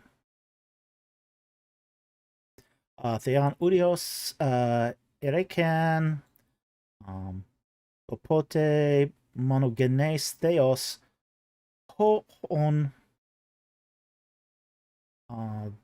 the one who is in the Kolpon of the Father. Okay. The Hoon. So the Theos who is in. Okay. Now, we'll try to remember that as we go to the Septuagint. Septuagint. Exodus 3:14. Kai epen Theos Moses ego Amy. Okay. The one and speak Israel, the one I am to send. Okay.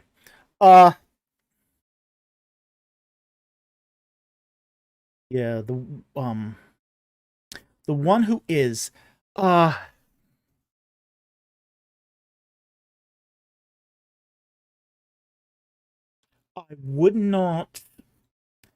wouldn't sort of draw this comparison here. The grammar here is too generic. Now, Ralph's does say the being. It's the one who. Okay. This is Ralph's translation of the Septuagint here. But I wouldn't necessarily draw that conclusion just based upon Ho'on. Ho'on is too generic. It can be used for all sorts of things. The one who drives a car. Okay? The one who plays Skyrim. Okay?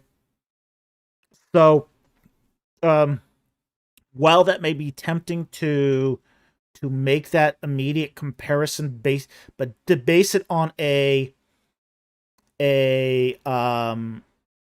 article plus the copular verb is too generic.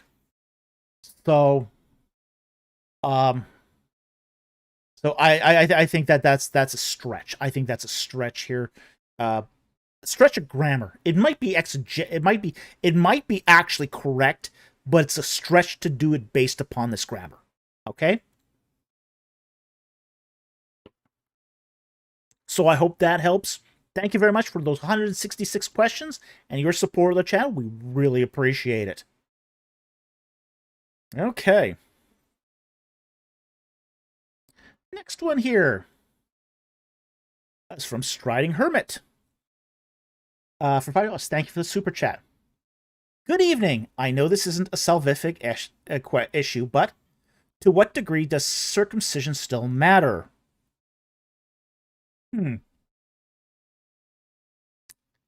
Well, it's not a salvific question, first of all. The new circumcision means that you are under the Abrahamic covenant. Okay, so it was an important thing for Israelites because of their relationship with Abraham.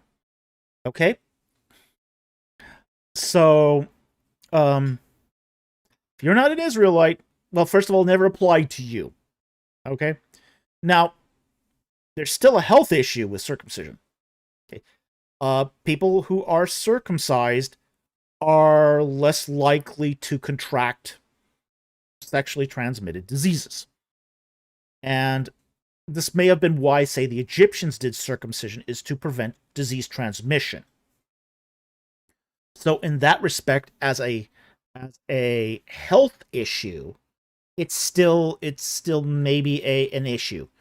But apart from that, it does not have a significant religious significance anymore. So it really doesn't matter. It's more the circumcision of your heart matters more than the circumcision of your nether parts. Okay? So I hope that helps. Thank you for the super chat. Very much appreciated. All right, Striding Hermit for $5. Thank you for the super chat. Why was the Lord so angry with Miriam and Aaron? Numbers 12, 1-10. Okay, we've actually had this one before. We'll go through it again. It's always good to go through it again. Yeah. Okay. Now, here's what's going on. There's a background that's going on, and let me get out of the Septuagint here. Let's get back to the NSB. All right. All right. Now, let's talk a little bit about the background here, because there's some background information you need to make sense of this passage. The first thing to understand is that Moses had been previously married. He was married to a Midianite woman. A Midianite woman named Zipporah. This is not Zipporah. Okay? This is already years after the Exodus. Okay? Probably about 2 years. Okay, so you're talking 2 years in to the Exodus, and Zipporah's no longer in the picture. For whatever reason, we don't know why. She's not in the picture anymore. So this is going to lead to an issue. A political issue. And that political issue is one about clan treaties. Okay?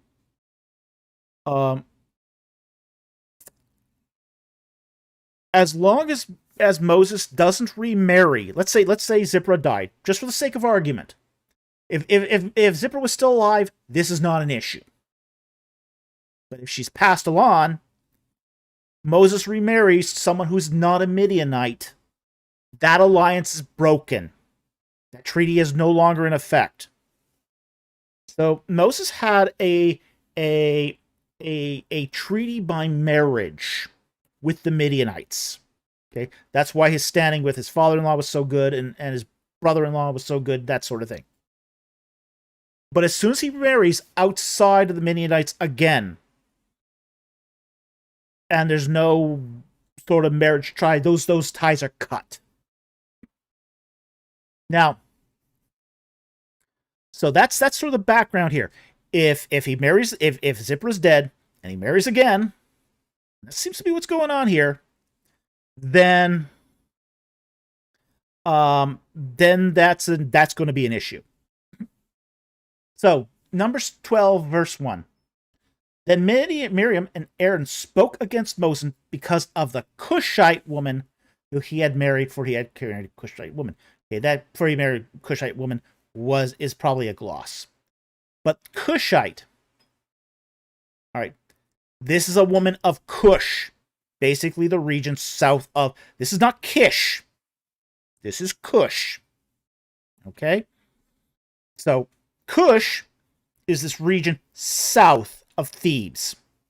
And we have to remember, the mixed multitude that came out of Egypt had Cushites, Nubians, Magi, Amorites, Libyans, a whole huge diversity of people.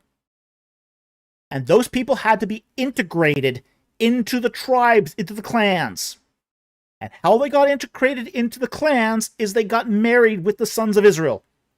That's how they integrated. So marriage was an important vector that got into, that had to integrate into the clan. So any eligible man probably had to marry a non-Israelite just to integrate them properly into the clan structure. So, sauce for the goose is sauce for the gander. Moses now eligible, with Zipporah dead. He's got to marry a Cush. He's got to marry somebody from the mixed multitude. And this would probably have been, this was probably that bride, a Cushite, not a Kishite, not a Midianite. And anyone, I've heard people try to justify that he married a Midianite here, and I think this is Zipporah, and I think this is complete hogwash. The text does not support that in any way. So then, verse 2, and they said, has the Lord indeed spoken only through Moses? And has he not also spoken through us as well? And the Lord heard it. Okay, now there's a problem here. And suddenly the Lord said to Moses and Aaron and Miriam, you three come out of the tent of meetings. So the three came out. Okay, now, here's what's happening. They don't like the fact Moses married a Cushite, which breaks the treaty with the Midianites. So they're going to challenge Moses' authority. Offense number 1. And then Miriam is in the tent of meeting. Offense number 2. Miriam is now set up for summary judgment. Okay? That's a double offense. And double offenses almost always get summary judgment. She's a woman. She's not permitted in the tent of meeting. What is she doing there? She's got no business in the tent of meeting. It says, even though the text says come out to the tent of meeting, it says come out of the tent of meeting in the Hebrew. Okay? So the three of them came out. It's not come into the tent of meeting, it's come out of. So Miriam's on the inside. She shouldn't be on the inside. And the Lord basically says, okay, you come out. All three of you come out. Then the Lord came down in a pillar of cloud and stood in the doorway of the tent. And he called Aaron and Miriam, and when they both came forward, he said, "Hear now my words. If there is a prophet among you, I, the Lord, shall make myself known to him in a vision. I shall speak with him in a dream. Not so with my servant Moses. He is faithful in all my household. With him I shall speak mouth to mouth, this is face to face. Okay. Even openly and not in dark sayings, and he beholds the form of the Lord. Why then were you not afraid to speak against my servant, against Moses?" Okay. So the anger of the Lord burned against them, and he departed. But when the cloud had withdrawn from over the tent, Miriam was leprous, as white as snow. And Aaron turned towards Miriam, and behold, she was leprous. Snow White movie, our next Snow White. Ooh. Ooh. Then Aaron said to Moses, "O my Lord, I beg you, do not account this sin to us, in which we have acted foolishly, and in which we have sinned. Oh, do not let her be like one dead, whose flesh is half eaten away when he comes from his mother's womb." Okay. So, she does the double. Here's the thing. Aaron does one offense by questioning God's word and God's judgment. Miriam does two offenses. That's why Aaron sort of gets away with this, but Miriam is given summary judgment. It's the two offense thing. And we see this all through scripture, where you can get away with one offense to the Lord and still survive. But two offenses, Aaron's sons did two offenses, did that double offense, and were burned by fire. Uzzah, nephew of David, two offenses, gets killed when he touches the ark. So this is why the Lord was so angry.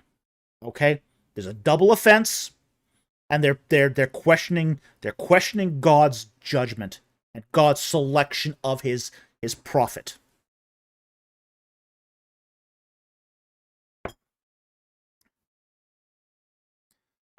John So, God is tough. Well, you know what? Police do this too. This whole double offense thing. Yeah, police do this also. You know, if you get charged with a crime, you don't usually get charged with just one crime, because they know if they bring one crime to a judge, you know, and a prosecutor, they're going to go easy on the guy. If they bring two crimes, well, he must be guilty of one of them. So, you know, this is why if you're speeding, you're usually charged with speeding and illegal lane change. Makes it harder to get out of the ticket. If you do assault and battery, you usually get assault and a battery, two offenses. Okay? Or if you are interfering within a police investigation, you also get interference and obstruction of justice. Okay? This is not an accident. This is the way justice works. And God is holy, and he's just. So, yeah, he's tough because he knows the two offense thing is something his justice cannot overlook. So yeah, that's why he's so angry with them. Questioning the judgment, but Miriam gets the worst judgment because she's the double offender.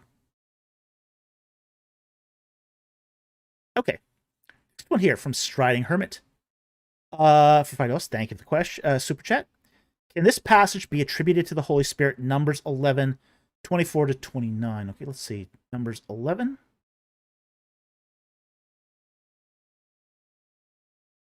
$24. To 11, 24 to 29. Let's see. So Moses went out and told the people the words of the Lord. So he gathered 70 men of the elders of the people and stationed them around the tent. Then the Lord came down in a cloud and spoke to him, and he took the Spirit who was upon him and placed him upon the 70 elders. And it came about that when the Spirit rested upon them, they prophesied, but they did not do it again. But 2 men had remained in the camp, The name of one was Eldad, the name of the other was Medad. And the Spirit rested upon them. And they prophesied in the camp. So a young man ran and told Moses, said, Eldad and Medad are prophesying in the camp. Then Joshua, son of Nun, the attendant of Moses from his youth, answered and said, Moses, my lord, restrain them. But Moses said to them, are you jealous for my sake? Would all that the Lord's people were prophets, that the Lord would put his Spirit upon them? Yes, you can attribute this to the Holy Spirit. This is the spirit of prophecy. It's coming down upon men. Yeah, this is definitely the Holy Spirit. So yeah, you can definitely attribute this to the Holy Spirit quite safely. And people who sold to the multiple powers in heaven would also do this as well. So yeah, you're safe doing this. All right, next one. For $5. Thank you for the super chat. Writing question. How thin is the line that separates a hero from a champion? Ooh. Okay. A champion always overcomes the struggle. Whatever stakes are, he always overcomes them. Okay. And will often represent a second party. Okay, or a third party. A hero doesn't necessarily overcome. There are many kinds of heroism.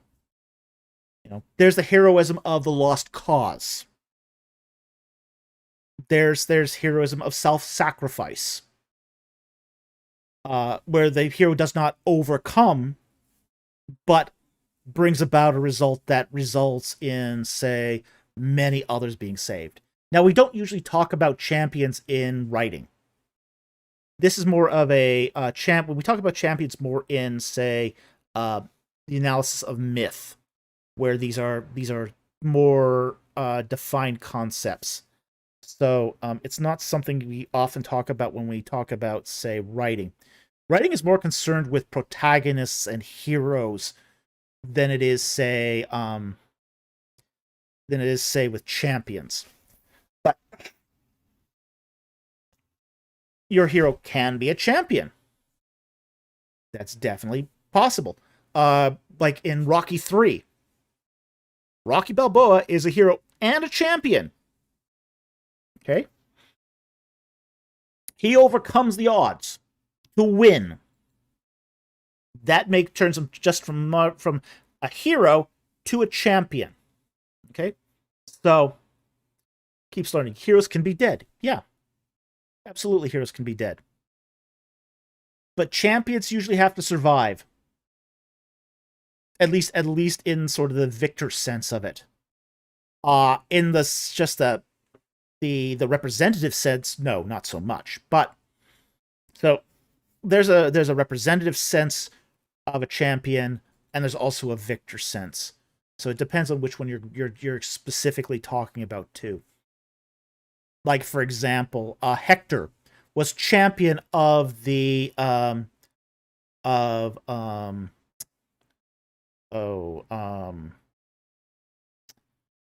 I can't remember the name of the city. Hittite city. The Iliad. What can I remember? Troy. Thank you, Scott. Yeah, Troy.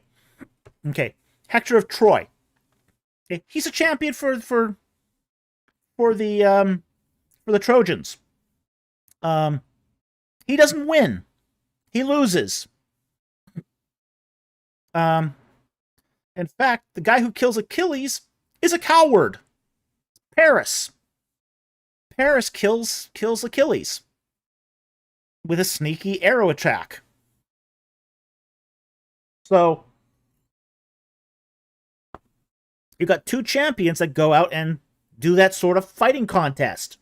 That contest of the gods.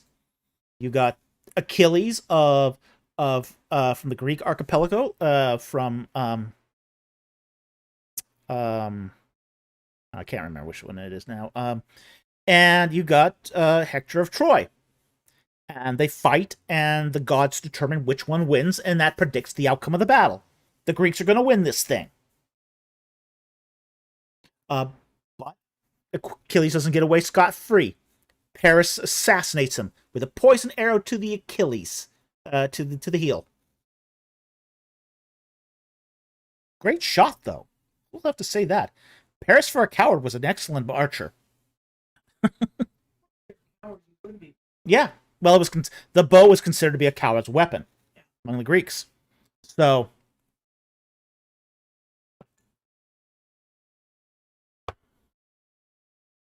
okay, so I hope that helps. Thank you for the super chat. Very much appreciated. Striding Herd for $9. Thank you very much for the super chat.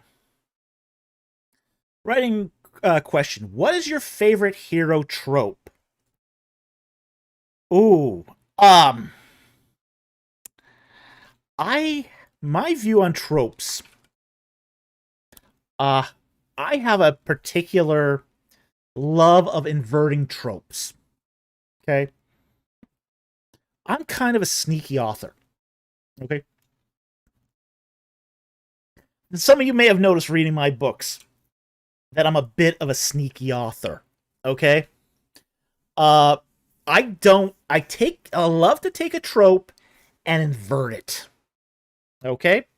So let's take one of the most classic tropes that people love. Enemies to lovers. I like inverting that. Lovers to enemies. Much more interesting. Take that trope and invert it. Ooh, can you do just an incredibly interesting story from lovers to enemies? Mama says, you are a very sneaky author. The second chance trope. Second chance at love. Well, why not? Why can't you do a second chance at failure?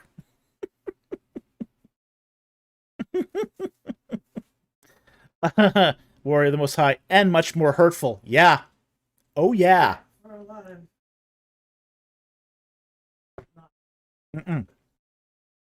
No.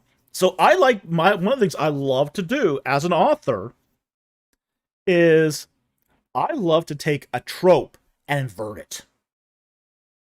Love trope inversion.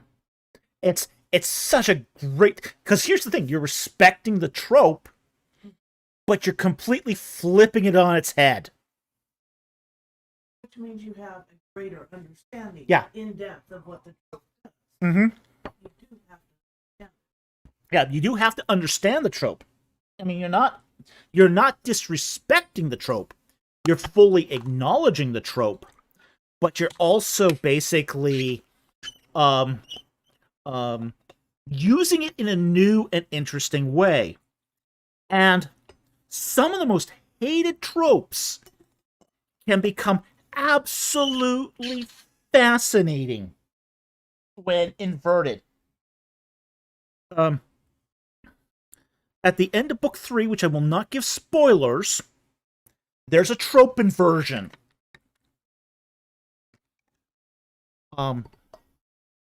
That happens in the last chapter. There's a trope inversion. So I'm not going to give spoilers, but I love doing trope inversions. They're so awesome. Mama says, I love trope inversion. Oh, yeah.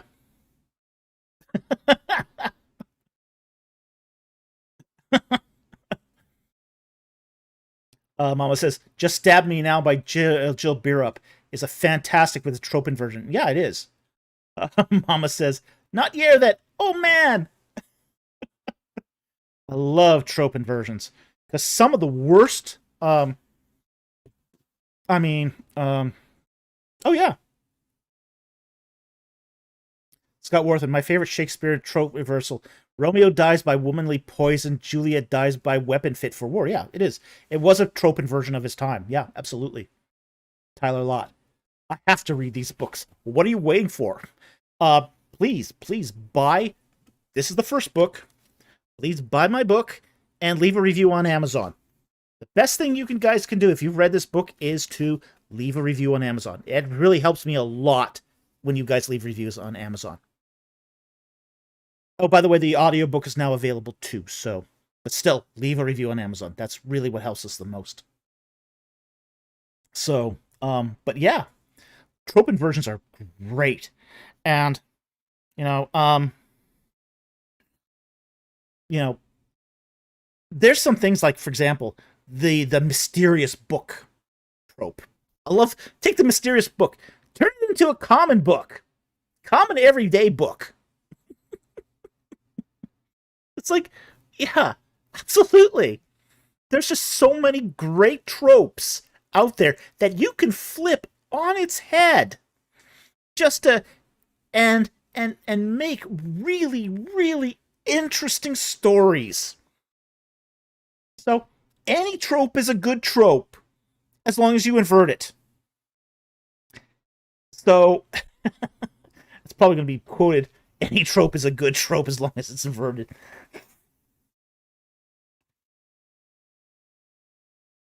But yeah, it's absolutely fascinating to be able to invert a trope because there's a lot of tropes that people hate. Oh, absolutely hate with a vengeance. That if you only inverted it, it becomes so much more interesting.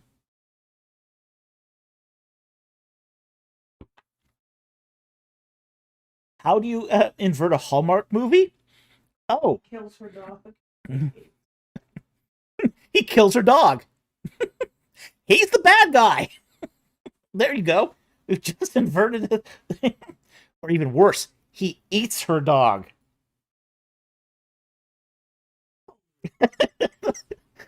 You'll never see that on Hallmark, right?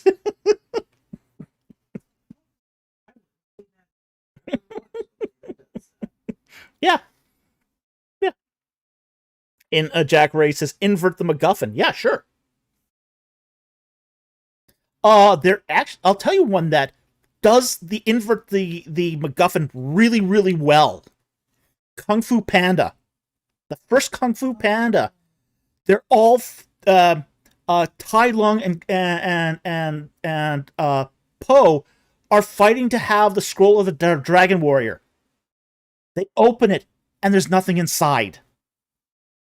That's an inversion of the MacGuffin. They do this so the original Kung Fu Panda inverts the MacGuffin so well.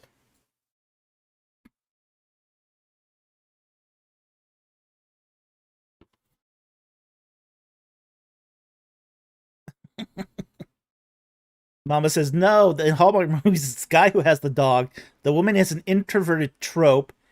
The would be the one that lives in a small New England town with a dog and is secretly rich. Yeah, probably. They've done that too. Yeah, that one's not so interesting, but there's ways to invert that still. The guy maybe has a dog. Well, what if he has a raccoon? He walks a raccoon, and he's a weird guy. He has a pet skunk. Messianic Talmud. That first film was great. Yeah, oh yeah, Kung Fu Panda, the original Kung Fu Panda was excellent. Even the second one was good. It was really good. You know, Shen was a really nasty villain. You know, Shen was a very interesting villain. But yeah, that's what we do. That's what great writing does. Is it respects the tropes, it acknowledges the tropes, and then inverts them. And this is what gives good fiction its twist. You don't see it coming. Or even better, you have it in plain sight. You have it in plain sight, and But the inversion has to. oh yeah, the inversion has to be believable. It can't be forced. You have to set the stage for an inversion. So that's just good right, but you have to set the stage for any of this stuff. Oh, Just Well, what I kind of dislike is the forced romances. The enemy to lovers where they're not really enemies, and it's just like, okay, this isn't believable, not in the slightest. So, lovers to enemies is probably more realistic. I mean, the idea that, like, for example, another inverted trope is your sense of goodness will come out in the end. You know, converting. The villain has this realization that and an epiphany that they're just misunderstood, and they come to realize that they were really basically the Anakin moment. The Darth Vader moment where he realizes he's not a bad guy and decides to help his son. That's not Not believable. It's so not believable. It's more likely that he's going to just go worse, not better.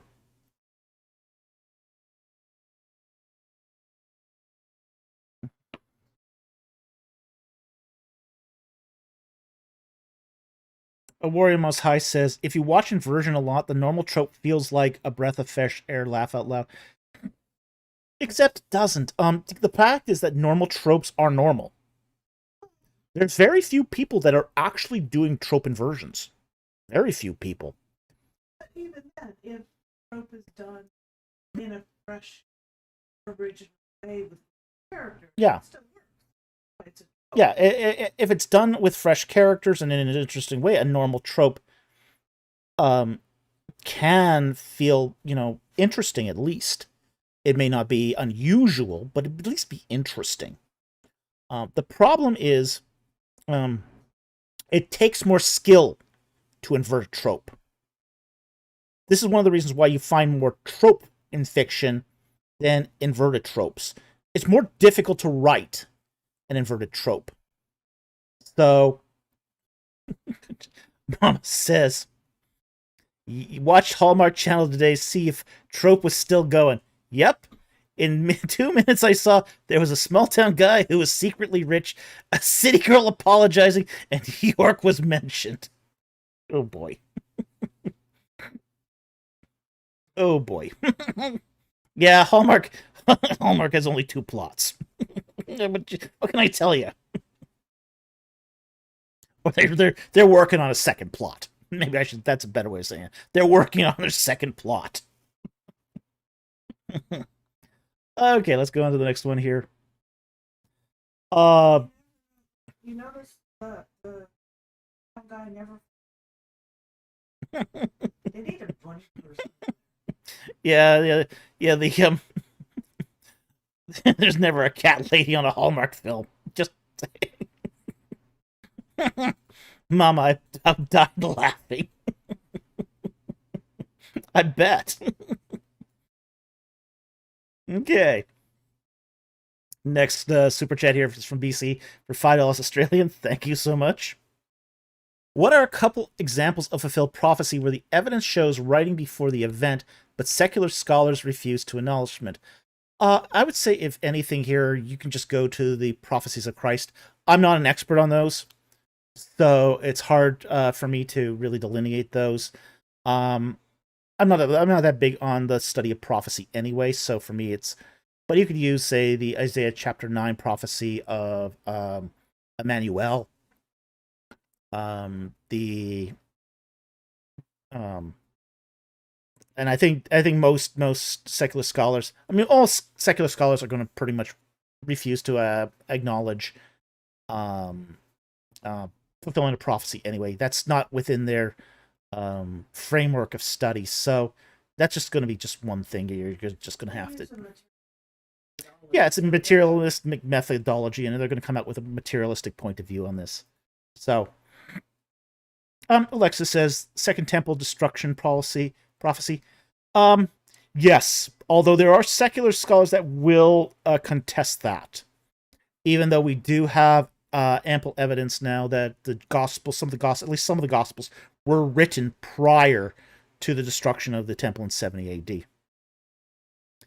Emily Tedescu says anti-supernaturalism bias is rampant. It is, yeah. So if you want to go for prophecy that you can prove by writings that predate the event, you probably need to go to the New Testament for that. So I hope that helps. Thank you very much for the super chat. Very much appreciate it.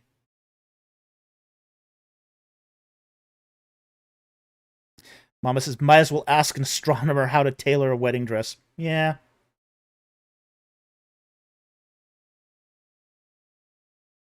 Aaron Richard for $10. Thank you for the super chat. And he says, why would biblical writers insert binding of Isaac in Genesis 22? I don't know. Why would they? Genesis 22. I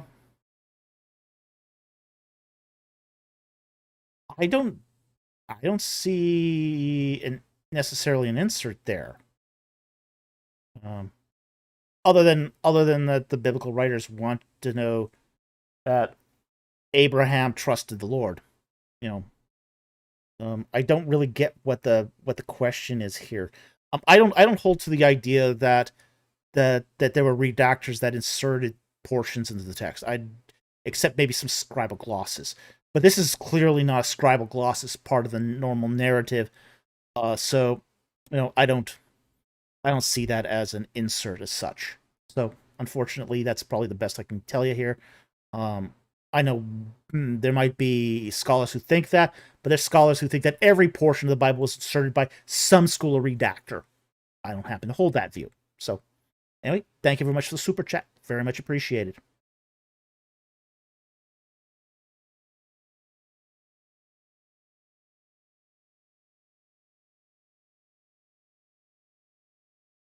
Aaron Richard says, "Sorry, I meant the binding of Isaac's story."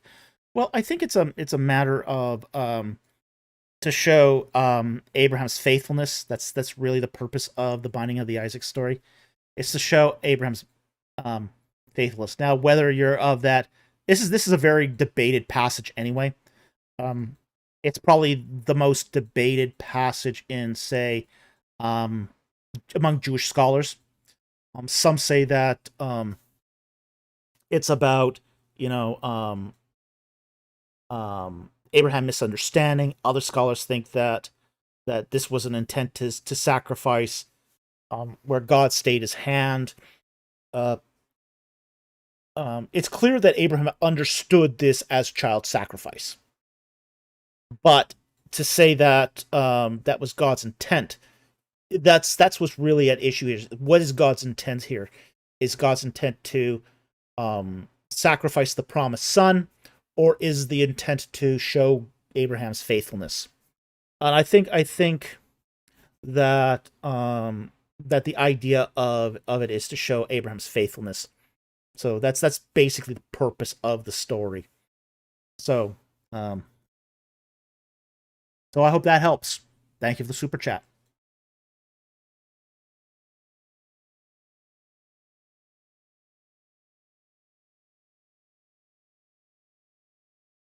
Okay, next one here is from Oscar Philo for $10. I think that's Romanian. Thank you for the super chat.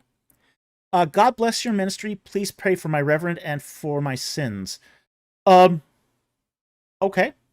I would encourage you to become part of our Discord community, where you can put prayer requests in one of the channels, and that way you get prayers from more than just me and the community listening to this right now. So, a community, you want to pray for Oscar, we would really appreciate it. So, thank you very much for that super chat. We really appreciate it.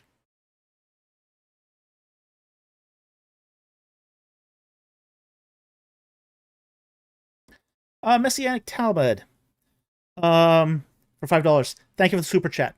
Your thoughts on Egyptian alabaster jars containing opium? I saw that article, and 10 years ago, I was in a student presentation talking about these opium jars already. This isn't new. Okay? I don't understand why everyone thinks this is new. This is not new. I mean, in 2000 and early 2011, as I said, I heard a student presentation on this. Um, these are what are called these jars are basically um are basically poppy. They're little bulbous jars with a long neck on them. They're very small. They're very fragile, and they're basically they contained when they did the tests of the residues on them, they found opium mixed with either honey or wine, and they were a trade good from Cyprus. So Cyprus would have this production of manufacturing opium, and they would sell it in basically mixed with honey and or wine. And they would sell them in these tiny, tiny jars. So I don't understand why they claim that this is a new thing. It's not a new thing. This is well known, and I don't understand why this is making the press now. So, Alexis, for drinking? No, for pain relief. They weren't getting high on this stuff. Okay? This is your equivalent of aspirin in the Bronze Age. This is your Bronze Age equivalent of aspirin. Or Tylenol number 3s. Okay?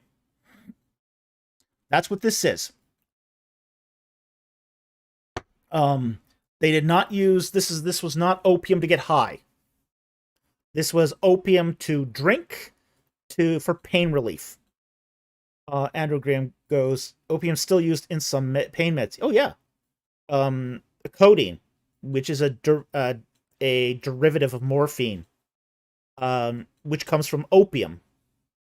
It's it's still used in a lot of pain relievers, like Tylenol number 3s, number 1s, etc.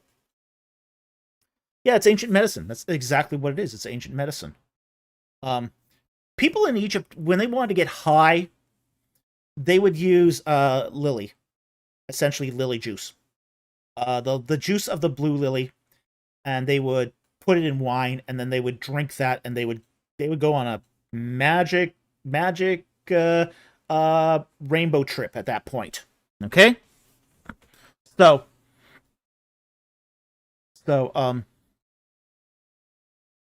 yeah. Yeah, at that point the elephant starts speaking. Yeah, magic carpet ride, exactly. But opium was not used for it was not used as a way to get high. The fact that people get high off of opium is usually done through smoking it or injection. And those were not methods of delivery at that time. So unless you really OD'd on it, and they were in very small containers. Very small containers. So, these were multi-dose containers, but they were not meant to be, because it was expensive. It was an imported good. So it was very, very expensive to import opium. Just because of the way it had to be shipped. So it was generally for pain relief. This was for pain relief. And there was a lot of pain going around Egypt. Okay, let's be honest about that. Alexa says, who sold them again? The Cypriots. Greeks. Yeah, the Greeks from Cyprus basically sold them in Egypt. We find these bottles going all the way back to the 11th dynasty. So this was an ongoing trade with the Greeks for, like 2-3 millennia. I mean, it was really something that that they just continue to do. They started around the 11th dynasty, which is about 2000 BC, and they continue almost right up until the Islamic invasion. Okay, once Islam came into Egypt, that all stopped. They put an end to it right there. So,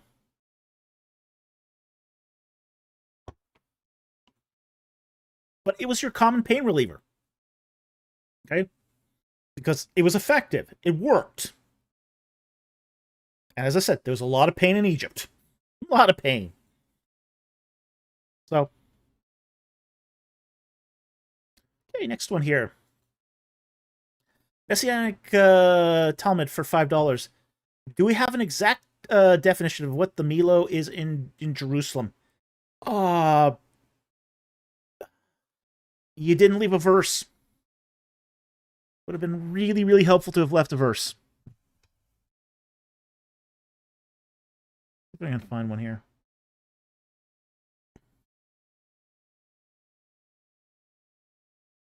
All right, it's a citadel of some sort. Milo. And David lived in a stronghold and called it the city of David. And David built all around from the Milo and inwards. There's several sections of the city that are sort of debated. I'm not really sure what the Milo is supposed to be here. I'd have to probably look that up. There was building. David did build a palace against the wall of Jerusalem and into the city of David. Okay. So I'm not exactly sure what the Milo is supposed to be here. Stone house, the Milo, and the wall of Jerusalem. He built the Milo. Yeah, that's not going to help us.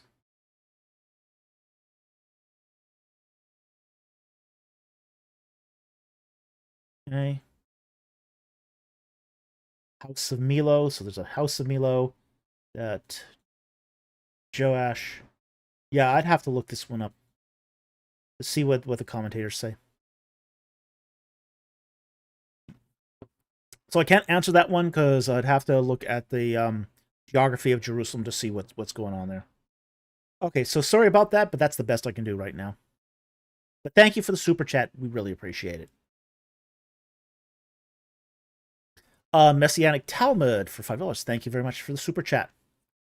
Your thoughts on who is being depicted on the faience heads found in the ancient Near East? Kings, nobles, or anyone who is rich? Without context, it's hard to say. Kings are a definite possibility. Faience was a technology that we know goes back to at least the 3rd dynasty of Egypt. It's a very popular way of decorating things. It could have been deities, it could have been kings, could be nobles, or generic peoples. Like, for example, Egypt did do faience figures of the enemies of Egypt, like the 7 bows. So it could be. It doesn't necessarily need to be kings or nobles. It could be the enemies too. Like, for example, if they're used in a inlay in a footstool, you're going to put the enemies there. So, absolutely, it could. We don't know. We don't know who those heads belong to because we don't have those heads in context. Context really matters to interpreting what were the use of these figurines. So, I hope that helps. But unfortunately, we don't have more information. Thank you very much for the super chat. Really appreciate it. Alexis, what is faience? Oh, great question. I've got examples of faience. Lots of examples of faience. Okay, I'm going to show you some examples of faience. Okay. I've got a handful of scarabs here. I'm going to try to show you here. Okay. These scarabs are made of faience. Particularly this one. We have this one here, and this one here. Okay. Now, you'll notice that the unfired side here is kind of rough. And this scarab is green. And this one is blue. Okay. And this one is brown. Okay. What faience is, it is a self-glazing pottery. Okay. So, basically, it's a kind of ceramic that when you fire it, creates its own shiny glaze. That's faience. The outside actually turns into a form of glass. And that glass creates the shiny texture, very smooth, shiny texture on the outside of whatever you're firing. Okay? It makes excellent jewelry. The Egyptians have used it for tiles on tombs since the 3rd dynasty. Beautiful stuff. It's beautiful stuff. And as I said, it's self-glazing ceramics. And that is faience. And it comes in a variety of colors. So you can make it out of, you can make them blue, various colors of blue, brown, yellow, green. Very, very nice stuff. Okay.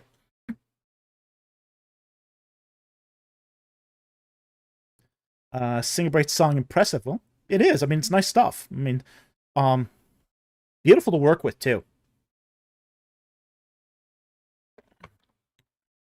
Alexis says, that is so pretty. Why is this the first time I'm hearing about this? Oh, I don't know. The Egyptians even made Shabti figures out of faience. So they'll have like whole Shabti figures. These are the workers the proxy workers that they put in tombs. That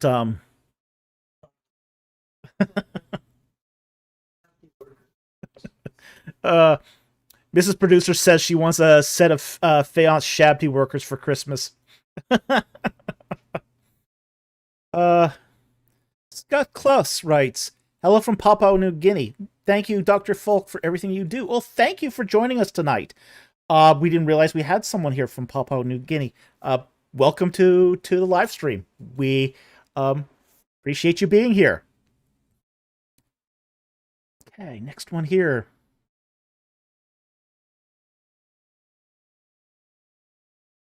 From Matthew Harrell for $4.99. Thank you very much for the super chat. Hi, Mr. and Mrs. Falk and Mr. EC. I still appreciate you. Here's my money. Well, thank you very much. We really appreciate that. Oh, by the way, I will be at ETS and Azor next week, which is why we're doing the video. The D&D game. But if you happen to be at ETS in Boston, please come by and say hello. I'd love to meet you. So if you can't come by and say hello tomorrow at Connections, Speculative Fiction Convention, you can see me in Boston. I will be at Boston all week, from the 17th until the 20-some-3rd, I think. It's 23rd. Let me just double check when I come back. I don't know when I'm coming back. Am I coming back? Yes. Mrs. Producer says yes. I'm coming back.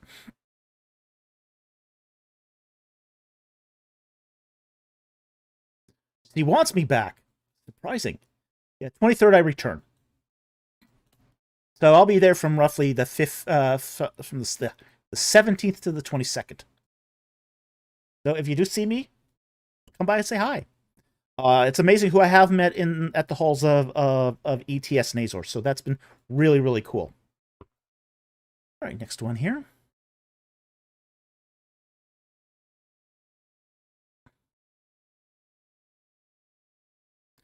Scott Worthen for $10. Thank you very much for the super chat. Which Revelations verse mentions a long pax promised in Hosea 2:18, Isaiah 2:2-4, Micah 4:3? Are Ramban and Christian eschatologies even compatible? I'd say not. Where does the second end of days timeline differ? Okay. Where do the two end of days timelines differ? The fact is that Rambam is going to basically go to not an eschaton of a revived Israel. So basically a restored and triumphant Israel. Okay. So that's basically where say Jewish eschatology is going to significantly differ from say Christian eschatology, which sees the return of Christ as its consummation. Now, in the case of Hosea 2, Hosea 2, 18 to 23. In that day I will make a covenant for them with the beasts of the field, the birds of the sky, and the creeping things of the ground. And I will abolish the bow and the sword and war from the land, and we will make them lie down safely. Okay, this is a metaphor basically saying that there's going to be peace in the land. And I will betroth you to me forever. Yes, I will betroth you to me in righteousness and justice and in loving kindness and compassion. And I will betroth you to me in faithfulness, and you will know the Lord. Okay. In Revelations, this would be the millennial kingdom.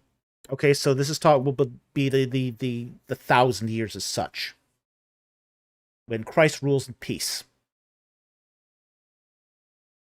Isaiah 2, 2 to 4.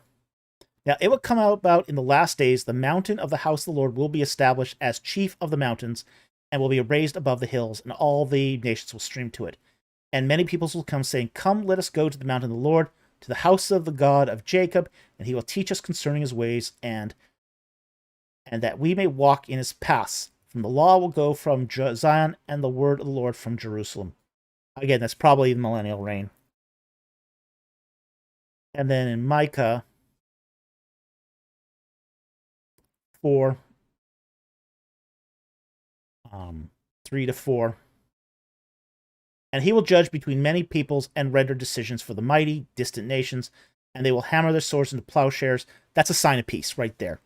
The turning of plowshares and swords into plowshares, that's the symbol of peace. So that's the metaphor that would use in the peace.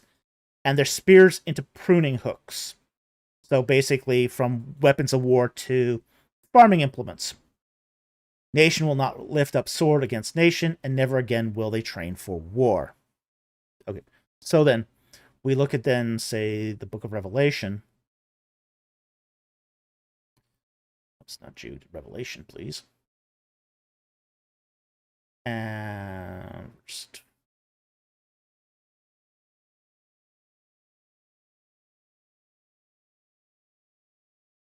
1,000 years. Let me just find 1,000 years. That's probably easier.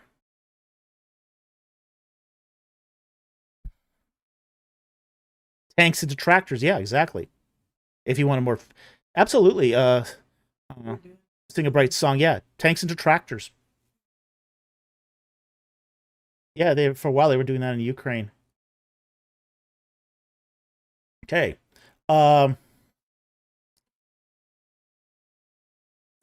And Revelation 20, and he will lay hold of the dragon and the serpent, who is the devil and Satan, and bound him for 1,000 years, and threw him into abyss, and set it and sealed it over him, so that he should not deceive the nations any longer, until 1,000 years were completed.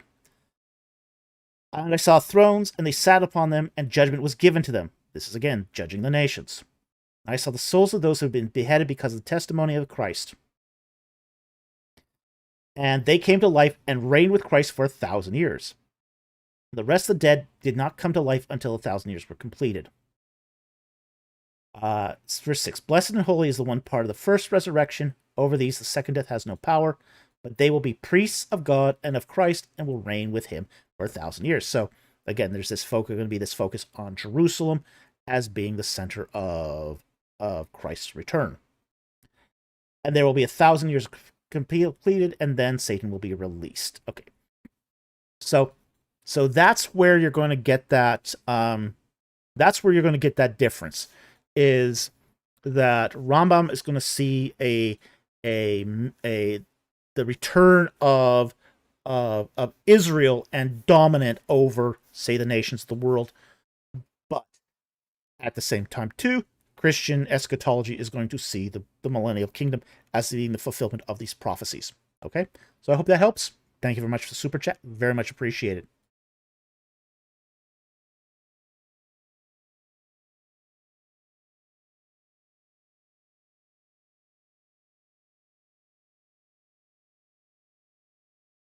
Paul for 1999. Thank you for the super chat. Thoughts on Suseni's the first silver coffin? It's pretty amazing. That's my thoughts. It's really very interesting because if you've ever worked in silver, silver can be really, really difficult to work in large pieces. It's horrible to work with in large pieces. Let's be honest here. Okay. Gold is one of the things as a jeweler was that I loved working in gold. Gold was so simple to work in. It's flexible. It's malleable. A little bit of a brush from a torch, and you can work it some more.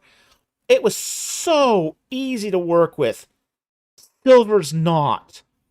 Silver work hardens. Gold never work hardens. I like that about gold. Gold's easy.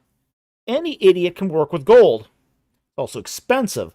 But just so we generally don't work in gold. But silver work hardens, and if you don't anneal it every so often, it breaks. So these guys who managed to do an entire coffin of silver, yeah, it doesn't look as good as, say, some of the stuff that you find in Tut's tomb. But when you realize that they're working in gold, working in silver, yeah, it's a major achievement. Those coffins were a major technical achievement. And silver was really, really big with the kings of the Third Intermediate Period, because there's still sort of this after the Third Intermediate when it starts with coincides with the mining operations of silver. Before then, silver was kind of an accident you just found. So silver was rare prior to the Third Intermediate Period. But during the Third Intermediate Period, silver becomes a hot commodity. They actually start intentionally mining it. So this idea of silver being a very, very special and important metal was really something that was extolled at the time of the Third Intermediate Kings. So, but it's also technically more difficult to work. Much more difficult to work. Okay? So, the idea that they were able to make a complete coffin from silver is just an amazing technical achievement. Amazing technical achievement. And this was before people fully understood how to work it. So, and you can actually, if you look at it really closely, you can see some of the places where the silver was stressed, or sometimes it would fracture from work hardening. So they didn't do it. The fact that they were able to do it at all is an incredible achievement. So, Andrew Graham, did you work with bronze? I did work with a little bit of bronze. It was okay. Didn't care for it that much. Keeping fire scale off bronze can be really difficult. But I did work with bronze. It wasn't my favorite, not by a long shot. Gold I love. I mean, gold is just so fun to work with. It's just it's hard not to enjoy working with gold. Because it's just so easy. Just so easy. Bronze can suffer from really bad porosity if you don't get the temperatures and the flux just right. And I do not like dealing with porosity. Oh my gosh, I hate porosity. So anyway, hope that helps. Thank you very much for that very generous super chat, Paul. But that's sort of the history there on Suseni's silver coffin. Beautiful work. I mean, it has the face of the Horus bird on it. So, I mean, really interesting. Really, really interesting. All right, next one here.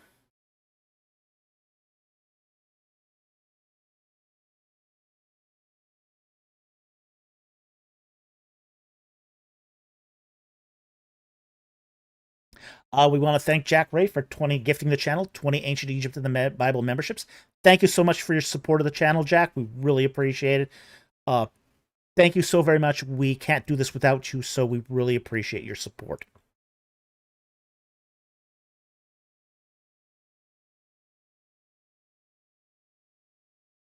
Okay, next one's from the Camelopard for 4.99. Thank you for the super chat.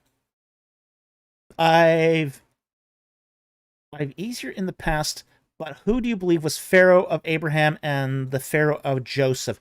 Okay. Abraham, it's impossible to narrow this down. It is one of the kings in the 13th dynasty. The problem is there was such a turnover of kings in the 13th dynasty. We can't say. We do know that Abraham was contemporary with Neferhotep I, but there's a lot of kings before and after Neferhotep I. So it's impossible to say. Now, in the case of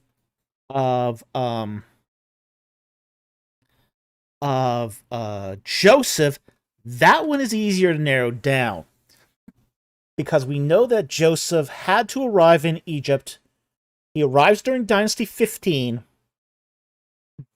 but after 1666, when the Hyksos introduce the chariot, okay, but that still leaves 5, 6 kings. It could be.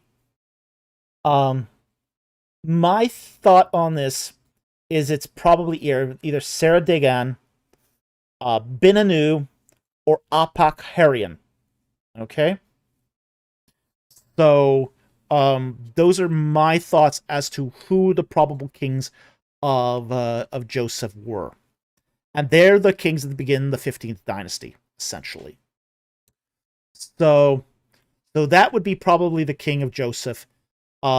Just to clarify, though, the king of Egypt, Pharaoh, was not a term that was used until the reign of Tutmosis III. So back in the days of Joseph and Abraham, the king of Egypt would not have been called a pharaoh. That only happens during the mid-18th dynasty with Tutmosis III and onward. So until that point, they're just called the king of Egypt, but colloquially, we can still call them pharaohs. Okay? And we all understand that that's really a reference to the king of Egypt, even though it's kind of an anachronistic term. But anyway, I hope that helps. Thank you very much for the super chat. Very much appreciate it.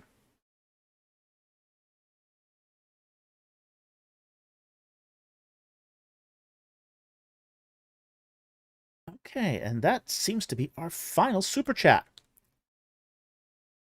We are probably going to call it a little early tonight, but if we have a couple of non-super chats, we'll take it. I've answered most of them. Okay. Let's take one. Do we have anyone? We would like to call it early anyway, because we got to get up early tomorrow. So...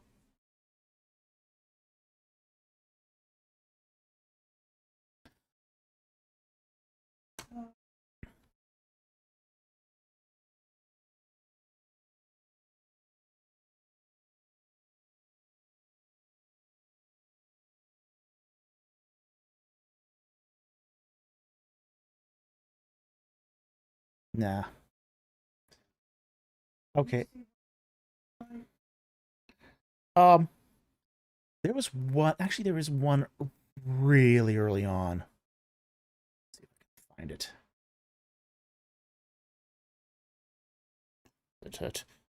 Okay. 1204.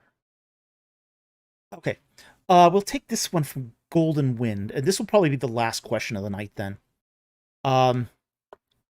And he asks, did the second person of the Trinity assume a human soul along with a body, or just a body?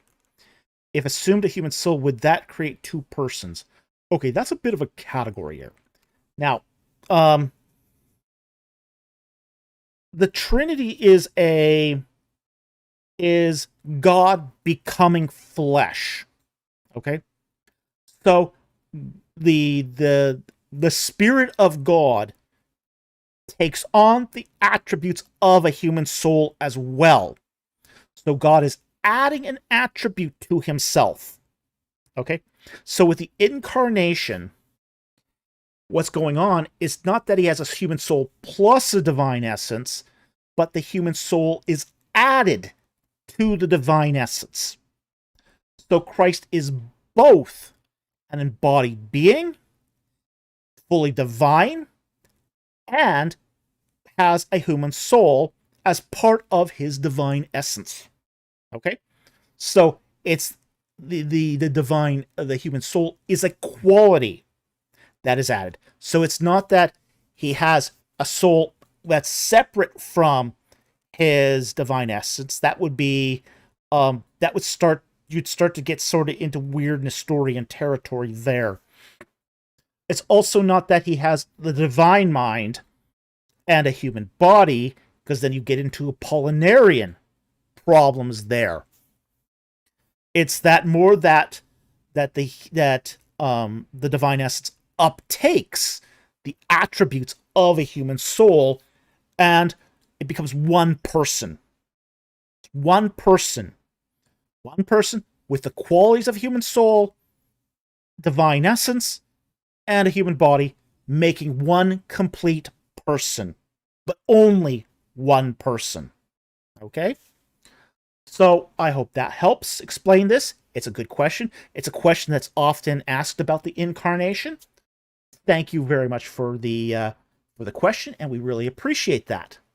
Okay, it is a 12:15. We're going to call this one a little early. Because as I said, I've got to get up really early tomorrow to go to that speculative fiction conference. So we're going to again call it a night at this point here. I want to thank all our super chatters who basically support us, keep us fed as such. Thank you also to those who contribute to us through PayPal. We really, really appreciate that, because those are not connected to super chats, and it really makes our dollar stretch farther. We also want to thank those who support us through Patreon and through YouTube membership. You guys keep the lights on. You pay for the equipment upgrades and the equipment. We really are thankful for that. We also want to thank our regular subscribers who watch our videos, hit that like and subscribe button, and share our URLs with other social media platforms. You guys get the message out there. With that said, thank you so much for watching. We're glad you could join us. We'll see you next time on Ancient Egypt and the Bible. Oh, one thing. Just to note, next week's Friday's live stream, note the time change. It's a time change on next Friday's live stream. It's at 7 p.m. Eastern Time. That's 4 o'clock Western, 4 o'clock Pacific. Okay? So just want to keep that in mind, that next week's live stream is at a different time. All right? So again, thank you very much for watching. We'll see you next time on Ancient Egypt and the Bible. Good night, everyone.